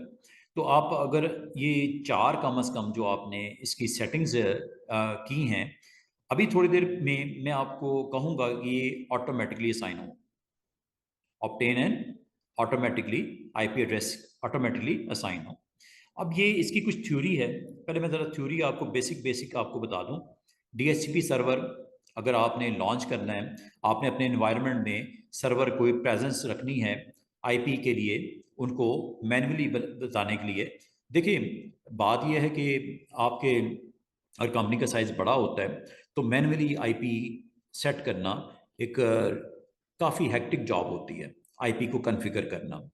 और आईपी का मतलब सिर्फ एक वैल्यू नहीं होती, बल्कि आपने सबनेट मास्क भी देना होता है जिसमें नेटवर्क आईडी जो आईडी है प्लस होस्ट आईडी है, एज वेल एज आप राउटर का गेटवे इंटरनेट पे कनेक्टिविटी के लिए, प्लस अगर सर्वर्स वहाँ पे हैं जो रिजॉल्व करने के लिए होते हैं आपके नेम को आईपी और आईपी टू नेम। तो ये आपको कॉन्फ़िगर करना काफ़ी हेक्टिक जॉब होती है। अगर एक दो डिवाइसेस हो तो कोई मसला नहीं है, लेकिन नंबर ऑफ डिवाइसेस जब बहुत ज़्यादा होती हैं तो वहाँ पे एक आपके लिए प्रॉब्लम बन जाती है। और इसको अगर आप राइट नाउ अगर आप देखना चाहो करंट कॉन्फ़िगरेशन आईपी की assignment lease period DNS server each and everything, तो ये कमांड प्राउंड के ऊपर एक सिंपल सी कमांड हमें बताई गई, कॉन्फ़िग आईपी कॉन्फ़िग स्लैश के साथ ये इसके पैरामीटर्स हैं। ये बड़ी फेमस कमांड है। इसमें अगर आप दो तीन चीज़ें इसमें देखने वाली हैं कि अगर आपने आईपी जो आपने करंटली कॉन्फ़िगर किया है अपने नेटवर्क कार्ड के ऊपर मैन्युअली किया है, इसमें रिन्यू की ऑप्शन क्या करती है, रिलीज की ऑप्शन क्या करती है, फ्लश क्या करता है, सेट क्लास आईडीज़ क्या होती हैं, ये सारी चीज़ें। स्लैश ऑल स्विच है, इससे क्या होता है, release DNS, registered DNS, flush DNS, renew वगैरह वगैरह, शो क्लास आईडी। इसके डिफरेंट डिफरेंट डिटेल इंफॉर्मेशन देखनी हो तो ये इसका राइट जो स्विच है वो स्लैश ऑल है। तो देखते हैं ज़रा।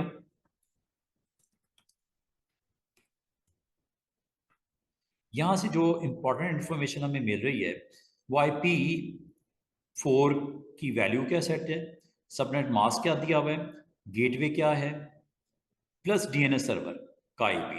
ये इंफॉर्मेशन यहाँ पे हमें क्लियर नजर आ रही है। ठीक है जी। इसमें हमें बताया जा रहा है कि DHCP server, gateway, subnet mask, DNS server वगैरह वगैरह, इसकी आइडेंटिफिकेशन यहाँ नजर आ रही है। और IP जो दिया जा रहा है ये मैनुअली दिया जा रहा है। ठीक है जी। IP मैनुअल दिया जा रहा है क्योंकि ऑप्शन आपने अगर ऑब्टेन करना है IP एड्रेस ऑटोमेटिक, जो प्रोडक्शन एनवायरनमेंट में ऑटोमेटिक ही होता है, जो कि मैं आपको यहाँ पे दिखा रहा हूँ। अब ऑटोमेटिक करने के लिए आपको एक काम करना पड़ेगा। सबसे पहले तो DHCP सर्वर आपको नेटवर्क में चाहिए। इस वक्त एक भी नहीं है, एक से ज़्यादा हो सकते हैं, अभी एक भी नहीं है। जब ये हो जाएगा, मैं सर्वर को लॉन्च कर दूंगा, तो फिर मैं आपको कहूँगा कि आपने जो डिफ़ॉल्ट ऑप्शन होती है मैनुअल की बजाय ऑटोमेटिक, वो ऑन कर दो। ये आपको याद होगा जिस दिन मैंने ये डोमेन के ऊपर ज्वाइन करवाया था इस डिवाइस को, उस दिन मैंने ये मैनुअल सेट किया था। इसको हमने मैनुअल सेट किया था। अभी थोड़ी देर में मैं इसको मैनुअल से जैसे ही ऑटोमेटिक करूंगा, इसको IP मिलेगा। अब IP कौन देगा इसको? सबसे पहले वो अटेम्प्ट करेगा नेटवर्क में मौजूद DHCP सर्वर कोई अवेलेबल है, अगर है उसके पास फ्री IPs हैं, IP है तो पूल में से एक IP दे दे।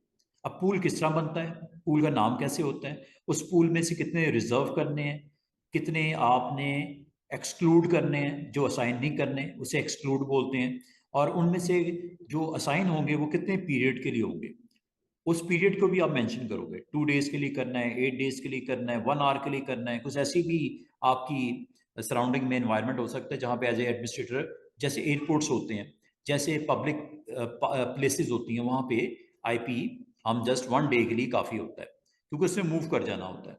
तो IP 1 डे के लिए साइन किया जाता है, या कुछ 24 आवर्स के लिए किया जाता है, उसके बाद वो पूल में वापस हो जाता है IP, क्योंकि तो उसने तो वहाँ से फ्लाई कर जाना है बंदे ने।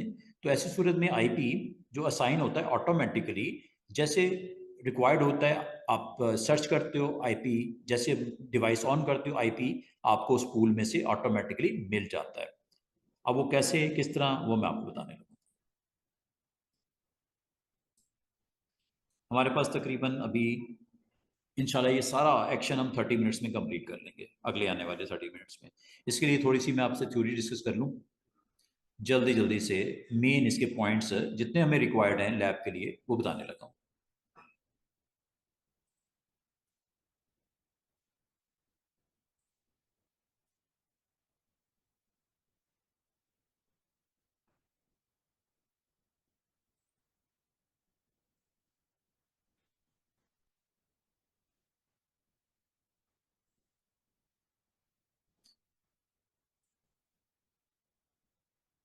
ये जी सर्वर का role, deployment in troubleshooting, DHCP server.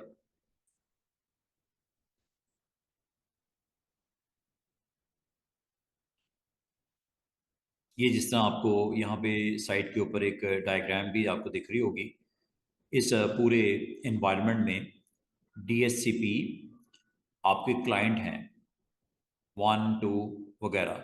किसी के ऊपर IP आपने स्टैटिक कॉन्फ़िगर किया हुआ है, कहाँ कहीं पे आपको सर्वर की तरफ से वो IP असाइन हो रहा है।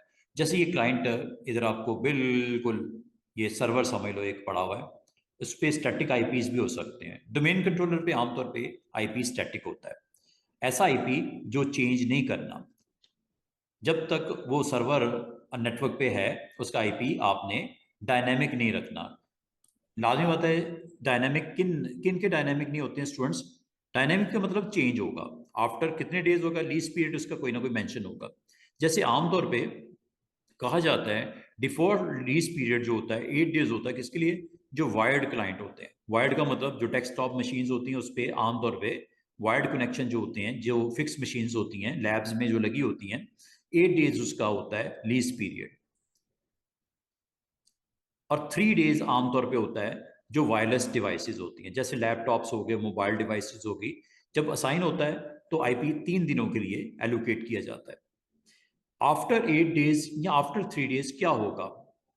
आफ्टर 8 डेज, अच्छा इसमें एक अच्छी और चीज कर सकते हैं कि आईपी जो होता है वो आप किसी स्पेसिफिक क्लाइंट के बेस्ड ऑन मैक एड्रेस भी असाइन किया जा सकता है कि जी मिस्टर अब्दुल्ला का ये मैक एड्रेस है, इनको ये आईपी दे दो। मिस्टर अवैस का ये मैक एड्रेस है डिवाइस का, इसको ये आईपी दे दो। मिस्टर सनाउल्ला का ये मैक एड्रेस है डिवाइस का, इनको ये आईपी असाइन कर दिया जाए फ्रॉम पूल। ये भी पॉसिबल है।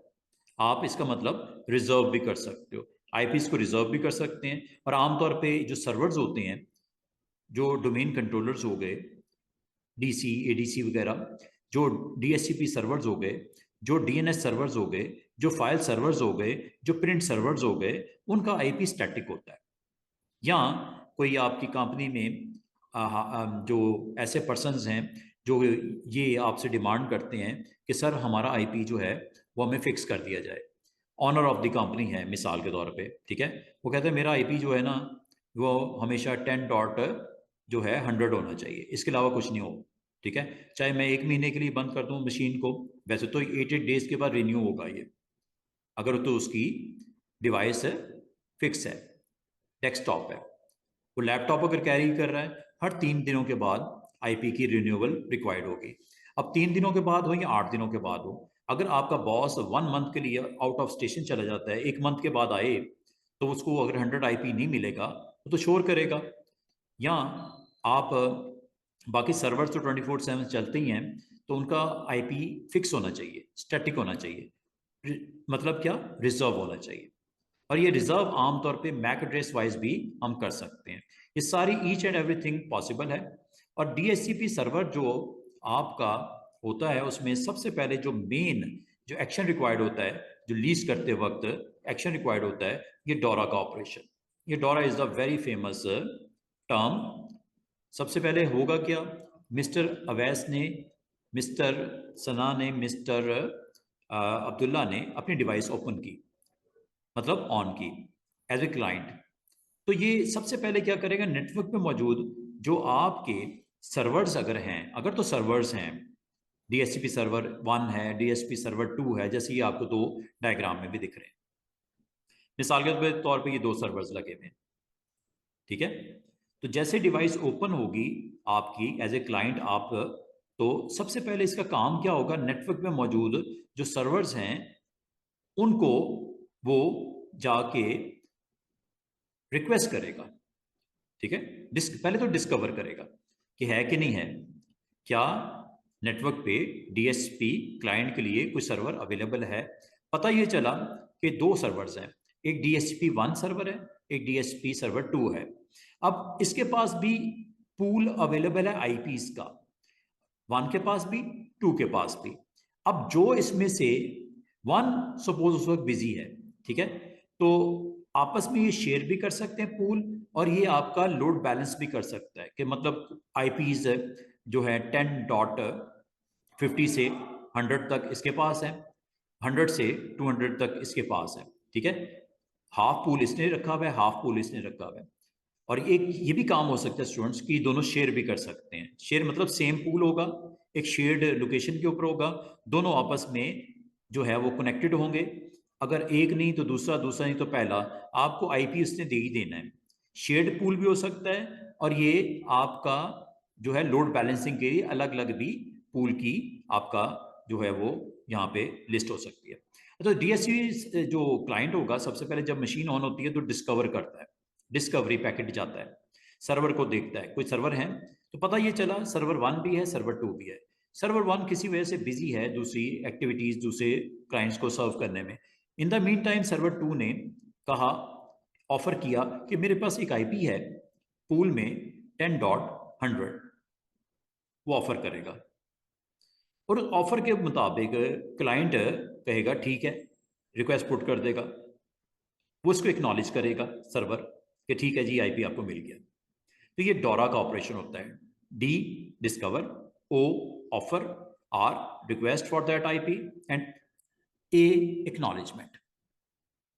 सबसे पहले क्या होगा, डिवाइस क्लाइंट रिक्वेस्ट डिस्कवर करा कि है कोई सर्वर, है कोई सर्वर। अगर मैं आपको एक चीज बताऊं, अगर ये सर्वर 1 और सर्वर 2 किसी वजह से डिस्कनेक्ट हुए हैं या बंद हैं, किसी वजह से फॉल्ट है, कोई मसला है, ऐसी सूरत में याद रखना ना 1 ने रिस्पॉन्ड किया ना 2 ने रिस्पॉन्ड किया, फिर भी इसको एक आईपी मिलेगा। आईपी मिलना ही मिलना है, लेकिन वो आईपी क्या होगा, वो आपका 169.254 की सीरीज का होगा, जो आईपी आपका कहलाता है ऑटोमेटिक, अपीपा उसे बोलते हैं, ऑटोमेटिक प्राइवेट आईपी एड्रेसिंग। ये किस सूरत में होता है इस सीरीज का 169.1254, जब दोनों अवेलेबल ना हो। हाँ, दोनों में से अगर एक भी अवेलेबल है, डिस्कवर हो गया, उसने ऑफर कर दी, उसने रिक्वेस्ट पुट की, उसको आईपी दे दिया गया और अपने पास डेटाबेस में उसने स्टोर करके उसका एक लीज पीरियड के मुताबिक टाइम टिक टिक टिक शुरू हो गया। ठीक है, वो 8 डेज का है या 3 डेज की लीज पीरियड है। तो ये आपको 4 स्टेप में ही एक्शन होता है और इसमें डिस्कवरी पैकेट होता है।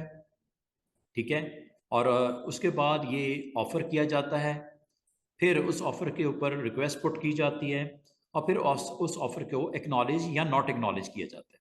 एक्नॉलेज, मिसाल के तौर पे आईपी मिल गया, तो दूसरे ने भी कुछ देर के बाद आईपी का जो ऑफर करी, तो उसने ऑलरेडी चूंकि रिक्वेस्ट उसके लिए रिक्वेस्ट पुट कर दी, तो उसने जो सर्वर नंबर 1 से ऑफर हुई उसको नॉट एक्नॉलेजमेंट का पैकेट सेंड कर देगा कि नहीं जी वो नहीं हुआ। तो इसका मतलब ये 4 स्टेप में एक्शन होता है और इसमें आपका जो टाइम होता है, जो लीज पीरियड होता है, उसका जब 87.5% लीज टाइम एक्सपायर जब होता है, किसका, क्लाइंट का, जब इतना पीरियड, एक थर्ड पीरियड वो यूज कर चुका होता है, टाइम पीरियड। ठीक है, मिसाल के तौर पे अगर आपने 8 दिन है, 8 दिन में अगर वो 6 साढ़े 6 दिन इस्तेमाल हो चुका है, उसको मतलब टाइम गुजर चुका है, तो ऐसी सूरत में दोबारा से वो क्लाइंट रिक्वेस्ट पुट करेगा। ठीक है, दोबारा से उस सर्वर को वो हिट करेगा कि मुझे ना ये, वो यूनिकास्ट करेगा, नॉट ब्रॉडकास्ट। फर्स्ट टाइम याद रखना, मैं ब्रॉडकास्ट और यूनिकास्ट के बारे में बता दूं। क्लाइंट जब ओपन होती है मशीन, डीएचसीपी क्लाइंट जब सर्च करता है, तो ये डीएचसीपी जो पैकेट डिस्कवरी का होता है, ये ब्रॉडकास्ट होता है। ब्रॉडकास्ट का मतलब वो तमाम सर्वर्स के पास जाएगा कि तुम दे दो आईपी या तुम दे दो आईपी, इसे बोलते हैं ब्रॉडकास्ट करना।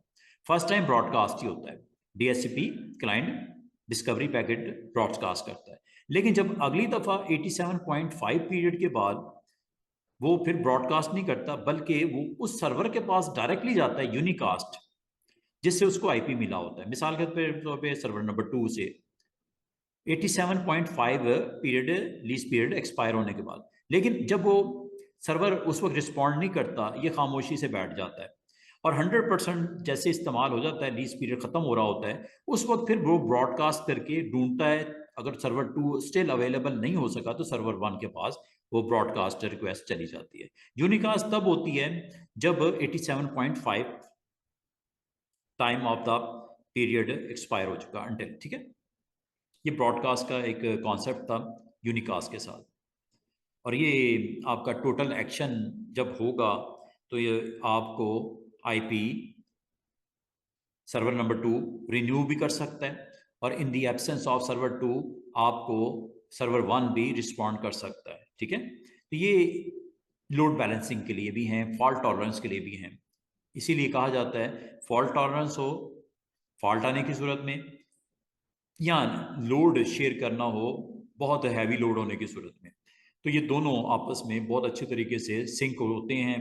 पूल को शेयर भी कर सकते हैं और अलग अलग भी कर सकते हैं। इसकी एडवांस लैब्स भी हैं। आज मैं एक सिंपल सी लैब करूँगा, जिसमें हम ये अज्यूम करते हैं कि हमारा सर्वर एक ही है और वो इत्तेफाक से सर्वर डोमेन कंट्रोलर ही है। उसी को बना लेते हैं डीएचसीपी सर्वर। लें जी, इस लैब को भी ज़रा कंप्लीट कर लेते हैं।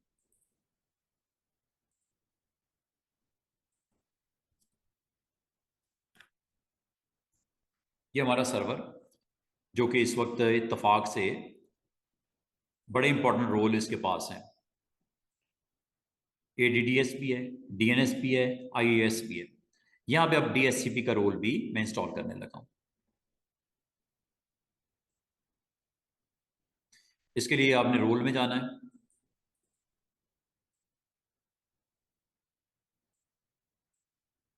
तो आज आपने वेब सर्वर का रोल कॉन्फ़िगर किया, लॉन्च किया कंटेंट।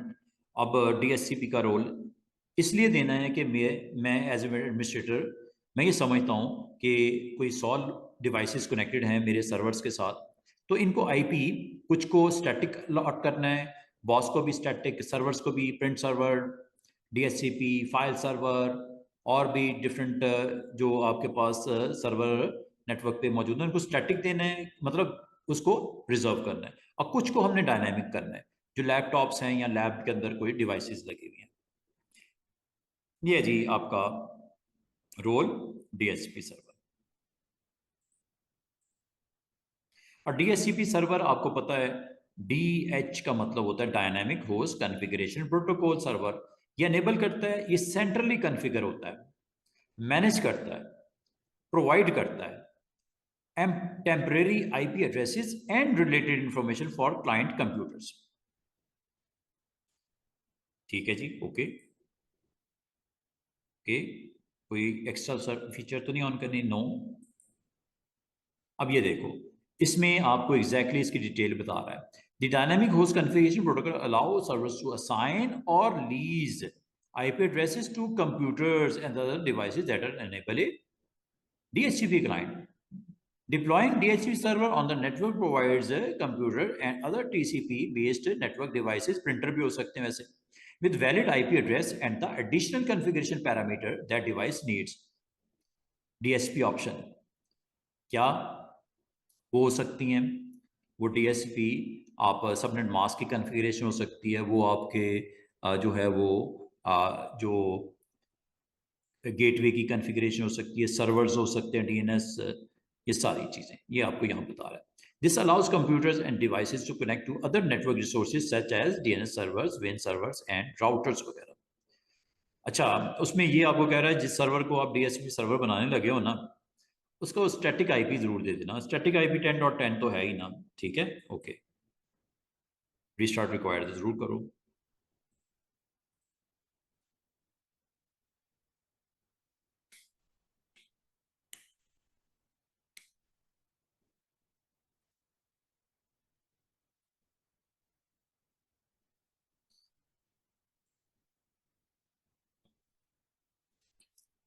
और ये सर्वर डिप्लॉय करने के बाद कम से कम हमें एक सहूलत हो जाती है कि आने वाले दिनों में जो भी आपके सर्वर्स हैं वो स्टैटिक IPs के साथ कॉन्फ़िगर रिजर्व कर दिए गए, और जो डिवाइसेस हैं उनको IP ये देगा भी, और उस लीज पीरियड के बाद रिन्यूअल के लिए भी ऑपरेशन होगा। और अगर आपने उसको किसी IP को ब्लॉक भी करना है कि IP उनको नहीं देना, तो डिनाई भी कर सकता है। ईच एंड एवरीथिंग पॉसिबल हो जाएगी। बहुत हद तक आपका सेंट्रल जो डेटाबेस है इसका, वो इस पूरे ऑपरेशन को कंट्रोल करेगा, ईच एंड एवरीथिंग। आप इसको किसी मैक एड्रेस को आप चाह रहे हो कि IP ना मिले, ताकि वो इंटरनेट की कनेक्टिविटी ना मिले, नेटवर्क पे आने के बावजूद वो आपस में कम्युनिकेट ना कर सके, तो IP को डिनाई भी किया जा सकता है बड़े अच्छे तरीके से। कंप्लीट हो गई जी DHCP कॉन्फ़िगरेशन की तरफ जाना है। अगर आप यहाँ से जाना चाहो, यहाँ से भी आप कॉन्फ़िगर कर सकते हो, ठीक है। अलग से करना है वो भी किया जा सकता है, ये चले यहीं से कर लेते हैं।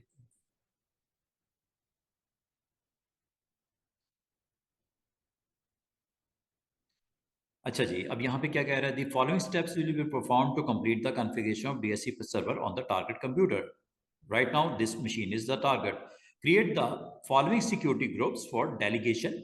डेलीगेशन के लिए सिक्योरिटी रीजन बेस पे आपके दो इसमें ग्रुप्स बनने लगे हैं, दो सिक्योरिटी ग्रुप्स बनेंगे। एक जो एडमिनिस्ट्रेटर्स के लिए होगा और एक यूजर्स के लिए होगा, ठीक है। दो इंपॉर्टेंट इसमें सिक्योरिटी ग्रुप अभी थोड़ी देर में आपको नजर आने वाले हैं। सिक्योरिटी ग्रुप आपको पता है, जब आप यूजर्स में या इसके अंदर ऑप्शन जो आपकी होती हैं यूजर इन कंप्यूटर में, वहां पे आपको दो इंपॉर्टेंट सिक्योरिटी ग्रुप्स आपके इस डोमेन के ऊपर जो ऑथराइज करेंगे DHCP server on target computer if domain joint. Okay, credential देने हैं, ठीक है, credential to use the authorize the DHCP server in active directory. तो एज ए यूजर अगर आप एडमिनिस्ट्रेटर का क्रेडेंशियल आपने यूज़ करते हुए करना है, ऑल्टरनेट अगर कोई और person other than administrator configure कर रहा है तो उसका आप यहाँ पे यूज़र नेम को ऐड करवा दो ताकि वो कॉन्फ़िगर कर सके। और अगर इसको आपने स्किप भी करना है यहाँ से किया कमिट कर देते हैं। Done, everything is okay. Please restart the DHCP server service on the target computer for the security group to be effective होने के लिए। ओके,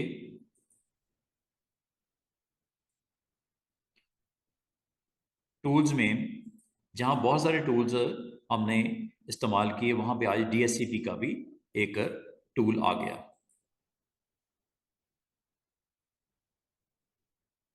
ये जी इसका टोटल कंसोल DHCP,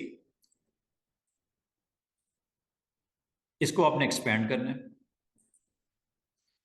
और इसमें हमें दो इंपॉर्टेंट इसकी नोट्स नजर आ रही हैं, एक IP वर्जन 4 है, एक IP वर्जन 6 है। और अगर जहां तक इसको अगर आप रीस्टार्ट करना चाहो, स्टॉप करना चाहो, पॉज करना चाहो, आप फिर वक्त कभी ज़रूरत पड़े तो आप सर्विस नहीं देना चाह रहे, इसको स्टॉप कर दिया करो। और अगर आपने इसको कोई अपग्रेड किया है या कुछ इसमें चेंजेस हुई हैं तो रिस्टार्ट भी कर सकते हो लाइक दिस, ऐसे। पूल में कोई चेंज हुआ, नेम में कोई चेंज हुआ, आपने कुछ रिजर्व किया, कुछ आपने जो डिनाई आपने सेट किया फॉर सम रीज़न। अच्छा, अभी इसको एक्सपेंड करते हैं। इसको जब एक्सपेंड किया इसमें तीन ऑप्शन नजर आएंगी IP वर्जन 4। 6 तो हम कॉन्फ़िगर नहीं कर रहे, 6 में भी वो ऑप्शन वैसे मौजूद हैं। 4 में हमें दो एक्स्ट्रा आपको एक्शंस रिक्वायर्ड होते हैं अगर करना चाहो। पॉलिसीज लगाना चाहो, पॉलिसी लगा सकते हो। फिल्टर करना चाहो, किसको अलाउ करना है, किसको डिनाई करना है। आप यहाँ पे किसी IP को पिक करके और आप समझते हो कि उसको IP हमने देना है या उसको डिनाई मोड में डालना है। आप ये भी कर सकते हो कि फिल्टर यहाँ पे अनेबल करके इसमें आप मैक एड्रेस वाइज किसी को ये IP की आप अलॉटमेंट नहीं करना चाह रहे, ठीक है, ये भी किया जा सकता है। That will not receive DHCP services. इनको ये सर्विसेज नेटवर्क पे होने के बावजूद नहीं मिलेंगी, डोमेन ज्वाइन करने के बावजूद नहीं मिलेंगी तमाम उन लोगों को जिनका IP या मैक एड्रेस इसके साथ मैच करता है, ठीक है। तो मैक एड्रेस बेस के ऊपर आप क्या कर सकते हो, फिल्टर कर सकते हो, डिनाई कर सकते हो, और मैक एड्रेस की बेस के ऊपर आप इनको अलाउ भी कर सकते हो। ये मैक एड्रेस होगा अलाउड, DHCP सर्विसेज के लिए अवेलेबल है, सर्विसेज के लिए रेडी हैं टू सर्व, ठीक है। तो ये अगर आप करना चाहो फिल्टर ऑन कर सकते हो। फिलहाल आज हम कोई फिल्टर नहीं लगा रहे, आज हम कोई पॉलिसी नहीं बता रहे, पॉलिसी भी आप ऑन कर सकते हो, यहाँ से न्यू पॉलिसी लग जाती है। पॉलिसी क्या कि अगर वो यहाँ पे आप पॉलिसी नेम के साथ ये पॉलिसी को, आज हम चले पॉलिसी भी आज नहीं करते, आज मैं सिंपल इसको ऑपरेशन करता हूँ।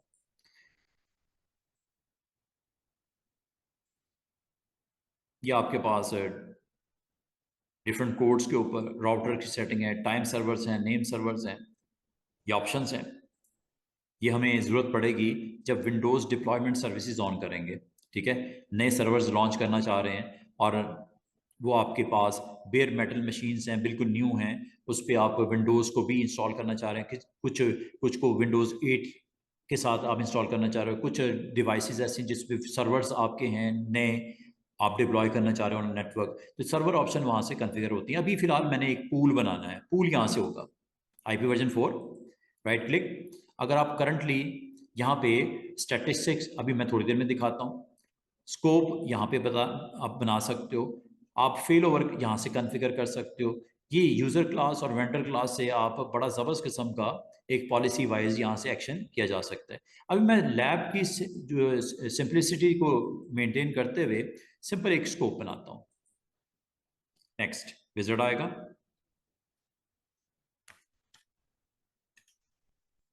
IP फॉर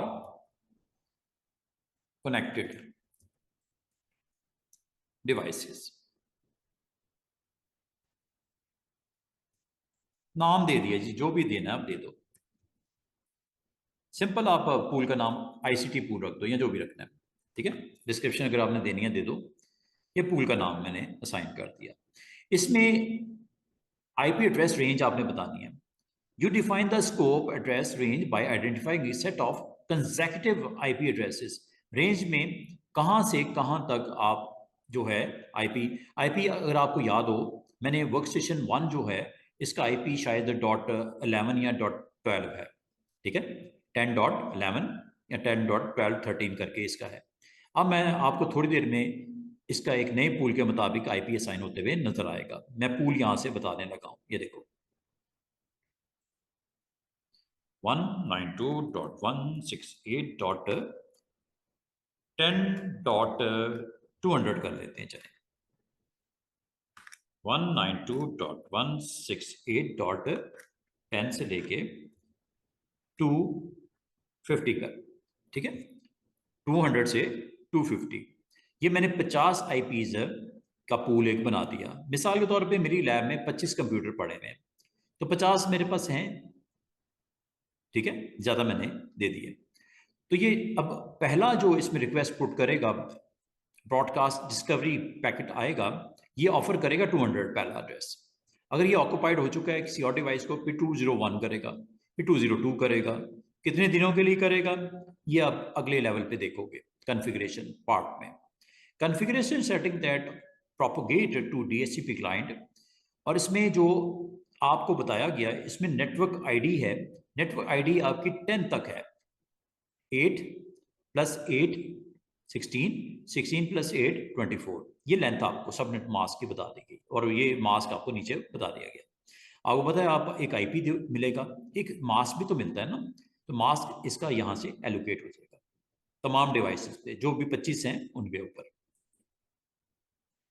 अच्छा जी, एक्सक्लूजन कौन सी करनी है और डिले क्या सेट करना है। एक्सक्लूजन और डिले की थोड़ी थ्योरी आप समझ लो। स्टार्ट आईपी, मिसाल के तौर पे मैं चाह रहा हूं कि पहले 5 आईपीज को हमने किसी को भी असाइन नहीं करना, फ्यूचर में हमने इस्तेमाल करने हैं, सर्वर्स लगाने हैं मिसाल के तौर पे, उनके लिए एलोकेट करने हैं। तो हम इसको बाईपास, इनको इस जो पूल का जो रेंज है उसको मैं एक्सक्लूड कर देता हूं। चलें देख लेते हैं। अब 200 नहीं मिलेगा, बल्कि पहला जो मिलेगा, क्योंकि मैंने कहा 200 से लेके ये एक्सक्लूड कर दो इसको,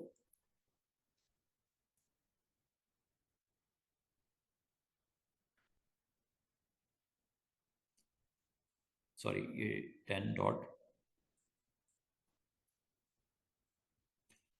200 से लेके 210 तक एक्सक्लूड कर दो। 10 आईपीज मैंने कहा। इसका मतलब स्टूडेंट्स क्या होगा, ऐड करवा लो इसको। अच्छा ये एक्सक्लूड हो गया, और बीच में भी कोई आईपी अगर आप समझते हो, आखिर शुरू बीच जो भी, एक्सक्लूड करवाते जाओ ऐड करते जाओ, एक्सक्लूड करवाते जाओ ऐड करते जाओ, ये कर सकते हो आप। ये तो मैंने एक 10 आईपीज की रेंज को एक्सक्लूड करवा दी ना। अब याद रखना ऊपर देखो क्या लिखा हुआ है, एक्सक्लूजन आर एड्रेसेस और range of address that are not distributed. ये डिस्ट्रीब्यूट करता है ना, ऑफर करता है, तो ये नहीं करेगा। ये 10 आईपीज को वो नहीं सेंड करेगा कि इनमें से कोई भी आईपी किसी को दिया जाए। और इसमें एक डिले टाइम भी होता है, ये नीचे लिखा हुआ है डिले टाइम। ये डिले टाइम कब होता है वो बता रहा है। A delay time is the time duration by which the server will delay the transmission of DHCP offer message. Request उसको डिस्कवर हो गया, और ऑफर वो कितने टाइम पीरियड के बाद करेगा। जैसे ही डिस्कवरी पैकेट मिलेगा फ्रॉम क्लाइंट, उसी वक्त ऑफर कर दे, विदाउट एनी डिले 0 दे दो। लेकिन अगर आप ये डिले को कर दिया 5 या 10, अब ये 10 या 5 मिली सेकेंड है, जैसे उसको क्लाइंट की डिस्कवरी पैकेट रिसीव होगा, ये उसी वक्त नहीं देने चला जाएगा आईपी, 5 मिली सेकेंड होल्ड करेगा। अब आप कहोगे ये क्यों कर रहा है, ये उस सूरत में फायदेमंद है जब आप इस सर्वर के अलावा एक और सर्वर लगाया हुआ है, उसका डिले वहां पे मैं 0 कर दूंगा। तो पहली ऑफर जो की जाएगी वो सर्वर नंबर 2 से की जाएगी। ये 5 मिली सेकेंड तक वेट करने के बाद ऑफर करेगा, ठीक है। ये डिले आप सेट कर सकते हो, ये, लेकिन ये तब करना जब 2 सर्वर या 2 से ज़्यादा लगे हों। फिलहाल हमें ज़रूरत नहीं है, इसको 0 ही रहने दो। ये उस वक्त फ़ायदेमंद होता है जब आपके 2 या 2 से ज़्यादा DHCP सर्वर कॉन्फ़िगर रिक्वायर्ड हो। लोड बैलेंसिंग में, फेल ओवर में हमें ज़रूर करना पड़ता है, वरना इसको 0 ही रहने दो, डिले को। नेक्स्ट, ये वो टाइम पीरियड है जो लीज किया जाएगा नंबर ऑफ डेज के लिए। इसको कम भी कर सकते हैं स्टूडेंट, इसको ज़्यादा भी कर सकते हैं। मिसाल के तौर पे कोई ऐसा एनवायरनमेंट है जहाँ पे लोग आते हैं, लोग चले जाते हैं, लोग आते हैं, लोग चले जाते हैं, वहाँ पे आप टाइम पीरियड को 1 आवर कर दो, बस काफ़ी है। इसको चाहे 0 कर दो, ऐसे, ठीक है। 1 घंटे के लिए IP मिलेगा, ब्राउजिंग करो, सर्विसेज लो और गया बंदा, ठीक है। हॉस्पिटल्स हो गए, कोई ऐसी पब्लिक प्लेसेस हो गई, वहाँ पे इसकी ज़रूरत पड़ती है। वैसे तो इसने यहाँ पे आपको ऊपर डिटेल भी बताई है। Lease duration should typically be equal to the average time the computer is connected to the same physical network. Average time आपने देखना है कि हमारे कंपनी में जो लोग आते हैं वो कितने टाइम के लिए आते हैं, एवरेज टाइम फिजिकली जो उसको एक्सेस करते हैं। जो मोबाइल नेटवर्क होता है that consist mainly of portable computers और dial up shorter lease periods को देना चाहिए। किनको? जो मोबाइल नेटवर्क होता है, जो आपके पोर्टेबल कंप्यूटर्स होते हैं, ये असल में किसकी बात कर रहा है? ये आपकी टैबलेट्स की बात कर रहा है, या आपके लैपटॉप्स की बात कर रहा है।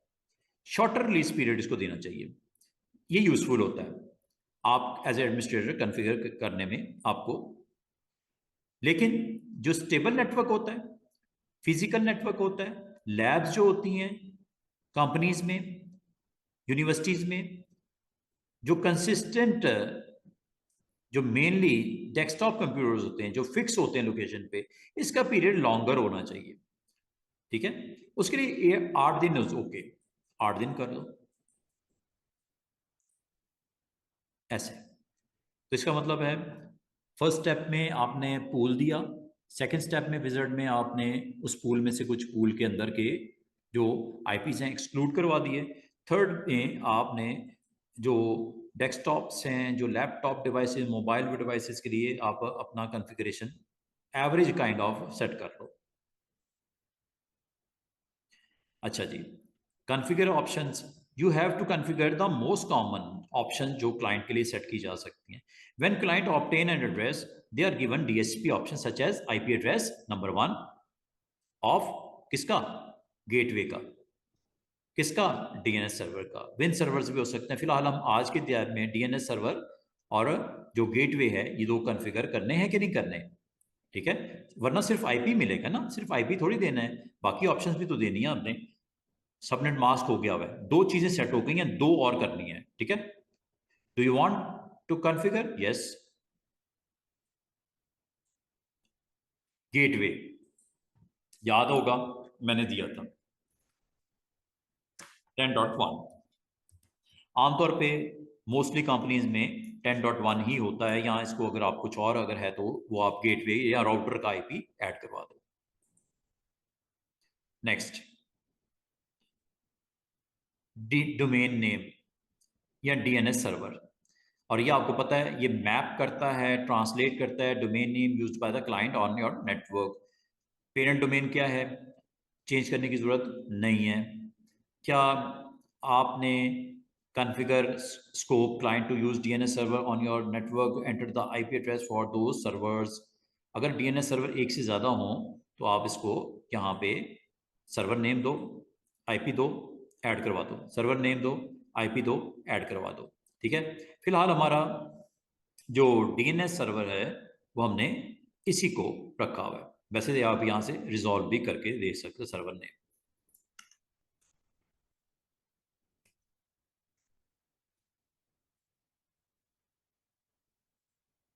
ये देखो ना, ऑटोमेटिकली रिजॉल्व कर दिया, यही DNS सर्वर है ना, ये ऐड करवा लो ऐसे, वैलिडेट कर रहा है और ये आपका लिस्ट में ऐड हो गया। डबल टाइम आ गया ना, तो हमें नहीं जरूरत 2 दफ़ा। ये उस सूरत में होता है जब आपके मोर देन 1 सर्वर्स हों DNS। तो दूसरा सपोज 10.11 पे है, तीसरा 10.12 है। तो आपको पता है जब आप मैनुअली सेट करने गए तो उसमें बॉटम पे डीएनएस सर्वर भी था और ऑल्टरनेट डीएनएस सर्वर भी था। ठीक है, तो ऑल्टरनेट अगर हो, मोर देन वन हो, दो हो, तीन हो, यहाँ पे ऐड करवाते जाओ करवाते जाओ। तो वो बॉक्सेस के अंदर जो आपके बॉटम वाले हैं, एक डीएनएस सर्वर प्रेफर्ड और एक ऑल्टरनेट, दोनों में वैल्यूज आ जाएगी। 10.10 प्रेफर्ड में आ जाएगी और ऑल्टरनेट में 10.11 आ जाएगा, और आपका टाइम बच जाएगा। विन सर्वर जस्ट स्किप कर देते हैं, हमें अभी करंट राइट नाउ जरूरत नहीं है। या आमतौर पे हम यूज़ करते हैं एनवायरमेंट्स या लिनक्स वगैरह जहाँ पे आपकी हो। क्या स्कोप जो आपने बताया है 200 से लेके 250 तक, जिसमें 10 एक्सक्लूड कर दिए गए, क्या एक्टिवेट कर दिया जाए स्कोप? यस या नहीं जनाब? ये स्कोप आपको यहाँ पे ब्लू कलर में यहाँ पे नजर आ रहा होगा। इसको एक दफा आपको करना पड़ेगा रिफ्रेश। ये आ गया जिसको, और ये एक नोड, इसको अगर आप एक्सपेंड करो तो ये आपकी डिटेल आ रही है उसकी, जो आपने अभी काम किया है ना, पूरा कॉन्फ़िगर किया है, उसकी डिटेल आ गई। या एड्रेस पूल भी है, इसमें एक्सक्लूजन भी है। ये टोटल पूल का रेंज ये है, ठीक है, यही है ना पूरी पूल की रेंज। ये जो एक्सक्लूड किए गए 10, ये वो हैं। लीज कोई हुआ, अभी तक कोई नज़र नहीं आ रहा। क्या कोई रिजर्व करना है? अभी तक कोई रिजर्व नहीं किया। क्या कोई स्कोप ऑप्शन सेट की हुई हैं? बिल्कुल की हुई हैं, या आपने अभी थोड़ी देर पहले किया है। डोमेन नेम डीएनएस सर्वर, ये कोड्स हैं इसके students. 003 is code for router, मैंने बिल्कुल गेटवे दिया है। डीएनएस सर्वर बिल्कुल एक एक दिया है, दो भी हो सकते थे। डोमेन नेम, ये तीनों रिकॉर्ड कहलाते हैं। 003 is reserve for router, 006 is DNS server and 015 is DNS domain name. Policies नहीं लगाई इधर, लगा सकते हैं। रिजर्व नहीं किया इधर, कर सकते हैं।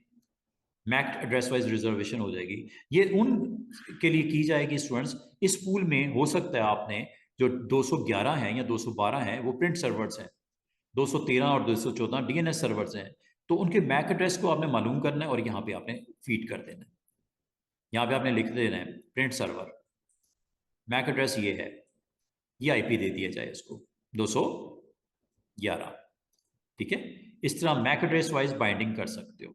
वो जो बोला था ना बाइंड हो जाता है, मैक एड्रेस आपने मालूम कर सकते हो। आप यहां तक कि इसका भी अगर आप फिक्स करना चाहो, वर्क स्टेशन 1 का मैक एड्रेस, चलें इसका मैं चलो रिजर्व करके दिखाता हूं। ये देखिएगा, ये सपोज बॉस का कंप्यूटर है, ठीक है।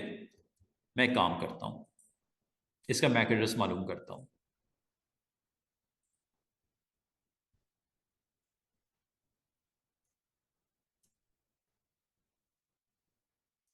ये मैक एड्रेस है, ठीक है। 000C29।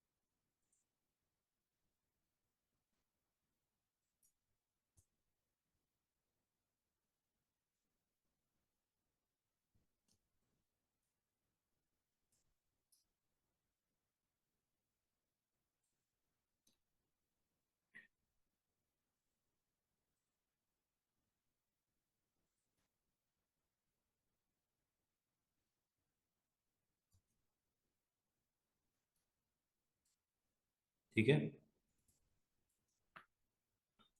एहतियात में मैंने कैप्स कर दिया, ले लेना चाहिए था उसको। C29 14A5,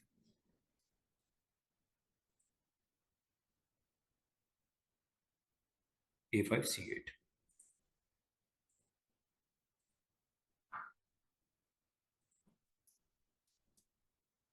अच्छा, ये ज़रूरी नहीं कि आप इतना वो इसके ऊपर टाइम वेस्ट करो। ये फिल्टर में भी आप पिक कर सकते हो। ये चले, ये रिजर्व जो है ना, आप आईपी जब असाइन हो जाता है बाद में भी इसको रिजर्व कर सकते हो, टेंशन नहीं लेनी।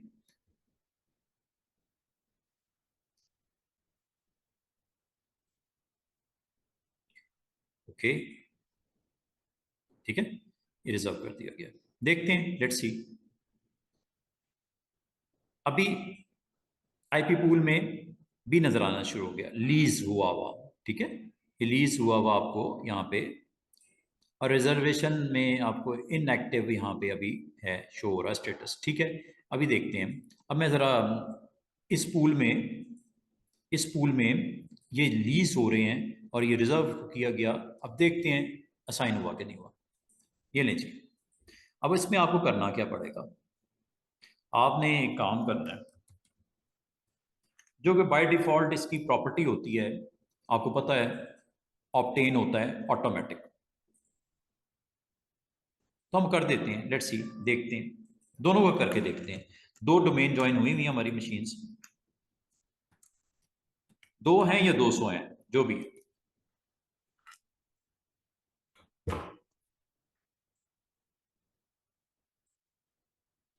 ये ऑन कर दो। बाय डिफॉल्ट तो आपको पता है डीएनएस भी ऑटोमेटिकली, ये बात कर रहा था मैं आपको, प्रेफर्ड डीएनएस और अल्टरनेट डीएस, ये वाली। ठीक है, लेट्स सी।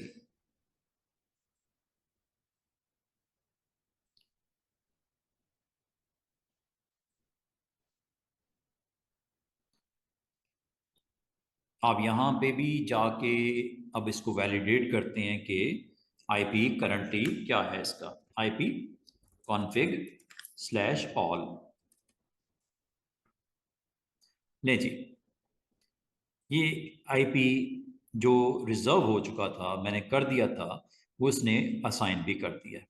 ये है जी आपका आईपी, क्योंकि आपने रिजर्व किया है, ये अब लाइफ टाइम के लिए रिजर्व है। ठीक है, ये आपका सबनेट मास्क लीज पीरियड जो 8 डेज का है वो सेट हो गया हुआ है। ये गेटवे सेट हो गया हुआ है। ये डीएचसीपी सर्वर का आईपी आ गया ऑटोमेटिक, और ये डीएनएस सर्वर का आपको अवेलेबल हो गया है। जहाँ तक बात है वर्क स्टेशन 2 की,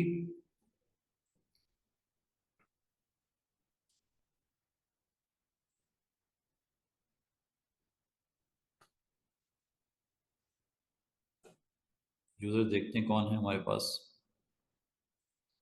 almost lab is okay, basic तो ये है लैब इसकी। पॉलिसीज लगानी है, क्या लगानी है, रिजर्वेशन तो मैंने आपको वैसे करवा दी है।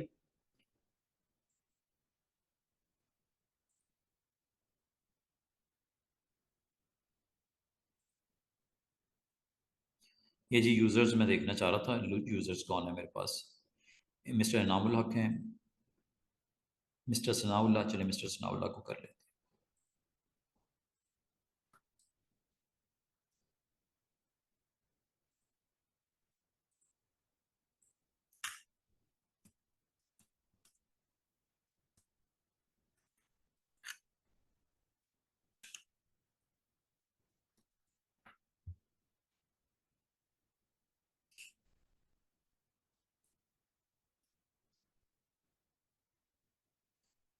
ये फाइनल फिनिशिंग हमारा पॉइंट है कि डीएसपी सर्वर्स जो होते हैं, इसके ऊपर पूरी इसकी डेटाबेस जो है वो ऑपरेट होती है, और इस सर्वर्स को जो है वो टोटल डिटेल इसमें आपको मिलती है। और अगर आप इसकी स्टैटिस रिपोर्ट देखना चाहो, ये यहाँ से देख सकते हो।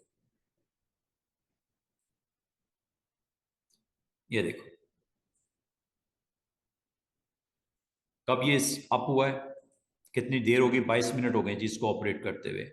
दो डिस्कवर हुए हैं, दो ऑफर हुए हैं, डिले ऑफर, रिक्वेस्ट एक, एक्नॉलेजमेंट एक, total scope 1, total addresses 40, use में कितने हैं, just 1-2% of the pool, available कितने हैं, ऑलमोस्ट 97%। ये डिटेल भी आपको बता रहा है। और इसमें लीज यहाँ पे अगर आप चेक करो तो ये रिजर्व हुआ हुआ है, और ये आपको दिख भी रहा है। और अगर पहले इनएक्टिव था स्टेटस, अब एक्टिव हो गया है। ठीक है, क्योंकि मैंने उसको असाइन नहीं किया, उसको जस्ट मैंने ऑटोमेटिक असाइन करने के लिए उसको प्रॉपर्टी जैसे ऑन की है, पहले इनएक्टिव था, अब एक्टिव हो गया। जहाँ तक ये दूसरा जो हमारे पास है वर्क स्टेशन, इस पे भी हमें, इसका मतलब है आने वाले दिनों में जो भी हमारी डिवाइस होगी उसको ऑटोमेटिकली ये प्रॉपर्टीज कॉन्फ़िगर हो जाएंगी, not only IP as well as subnet mask, default gateway, preferred DNS server और ऑल्टरनेट अगर देना है आपने।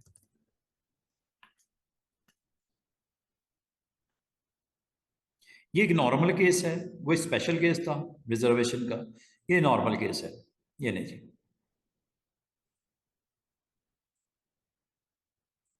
ये लो जी, चेक कर लो।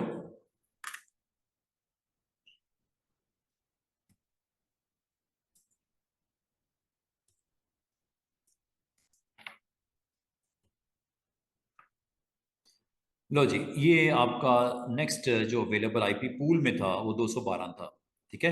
सबनेट मास्क भी हो गया, ये डीएचसीपी सर्वर का आईपी भी कॉन्फ़िगर हो गया, ये आपका डीएनएस सर्वर भी आपको यहाँ पे दिख रहा है।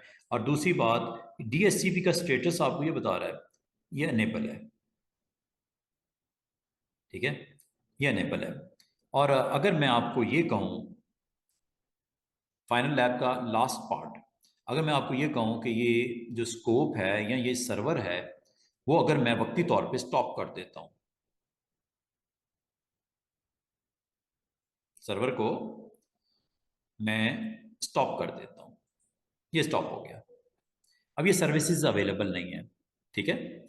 ऐसी सूरत में अगर किसी वजह से आईपी के लिए अगर जाता है वर्क स्टेशन, अभी तो देखो आईपी साइन हुआ हुआ है ना, नजर आ रहा है आपको 212, जब ये मिसाल के तो टाइम ख़त्म हो गया और रिन्यूअल का टाइम भी ख़त्म हो गया, तो आईपी इसको रिक्वायर्ड था, तो आईपी अगर इसको नहीं मिलेगा टाइमली, तो कौन देगा आईपी, वो होगा अपीपा आईपी। अपीपा ऑटोमेटिक आईपी रिक्वेस्ट के मुताबिक वो पुट कर देता है प्राइवेट आईपी, और वो है 169.254 सीरीज का। देखते हैं, लेट्स सी, रिलीज करवाता हूँ, ठीक है, रिलीज करवा के आईपी को रिन्यू करवाता हूँ।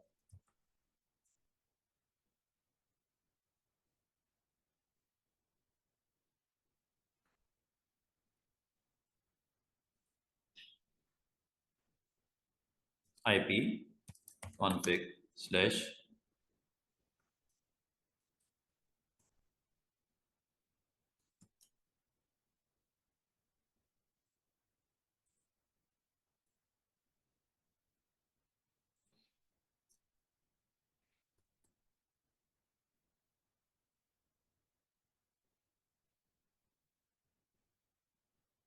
तो ये आईपी को पहले तो डिस्कवर करेगा, सर्वर नहीं मिलेगा, सर्वर नहीं मिलेगा तो आईपी, आईपी के लिए फिर ये आफ्टर फेलियर असाइन होगा इसको आईपी, आईपी असाइन होना है, वो अपीपा का होगा, ठीक है। और वो एक स्पेशल आपके पास स्लॉट होती है 169.254 की, उनमें से कोई भी आईपी आपको असाइन हो जाएगा।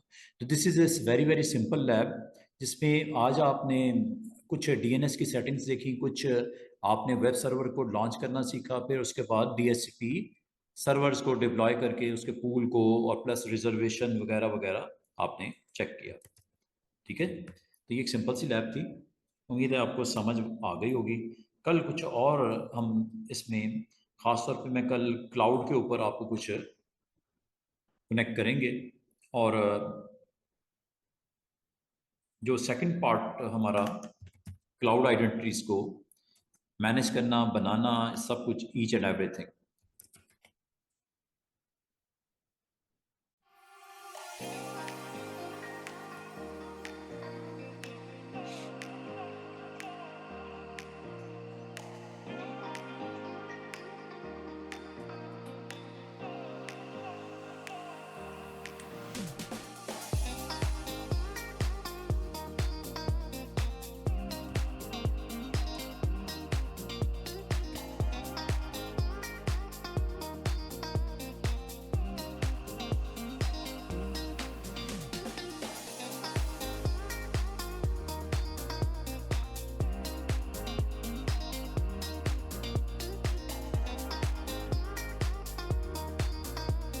बाद का ना वो कैश से ले लेता है, कोई बात नहीं।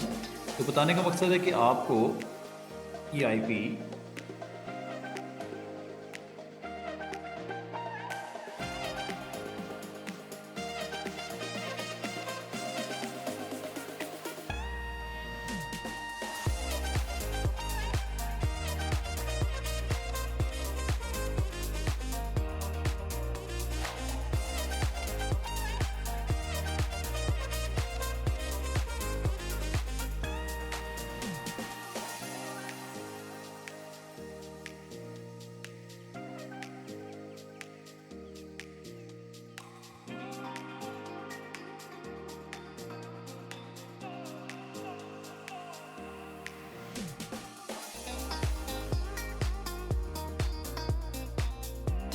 ये, ठीक है, तो टाइम लगता है।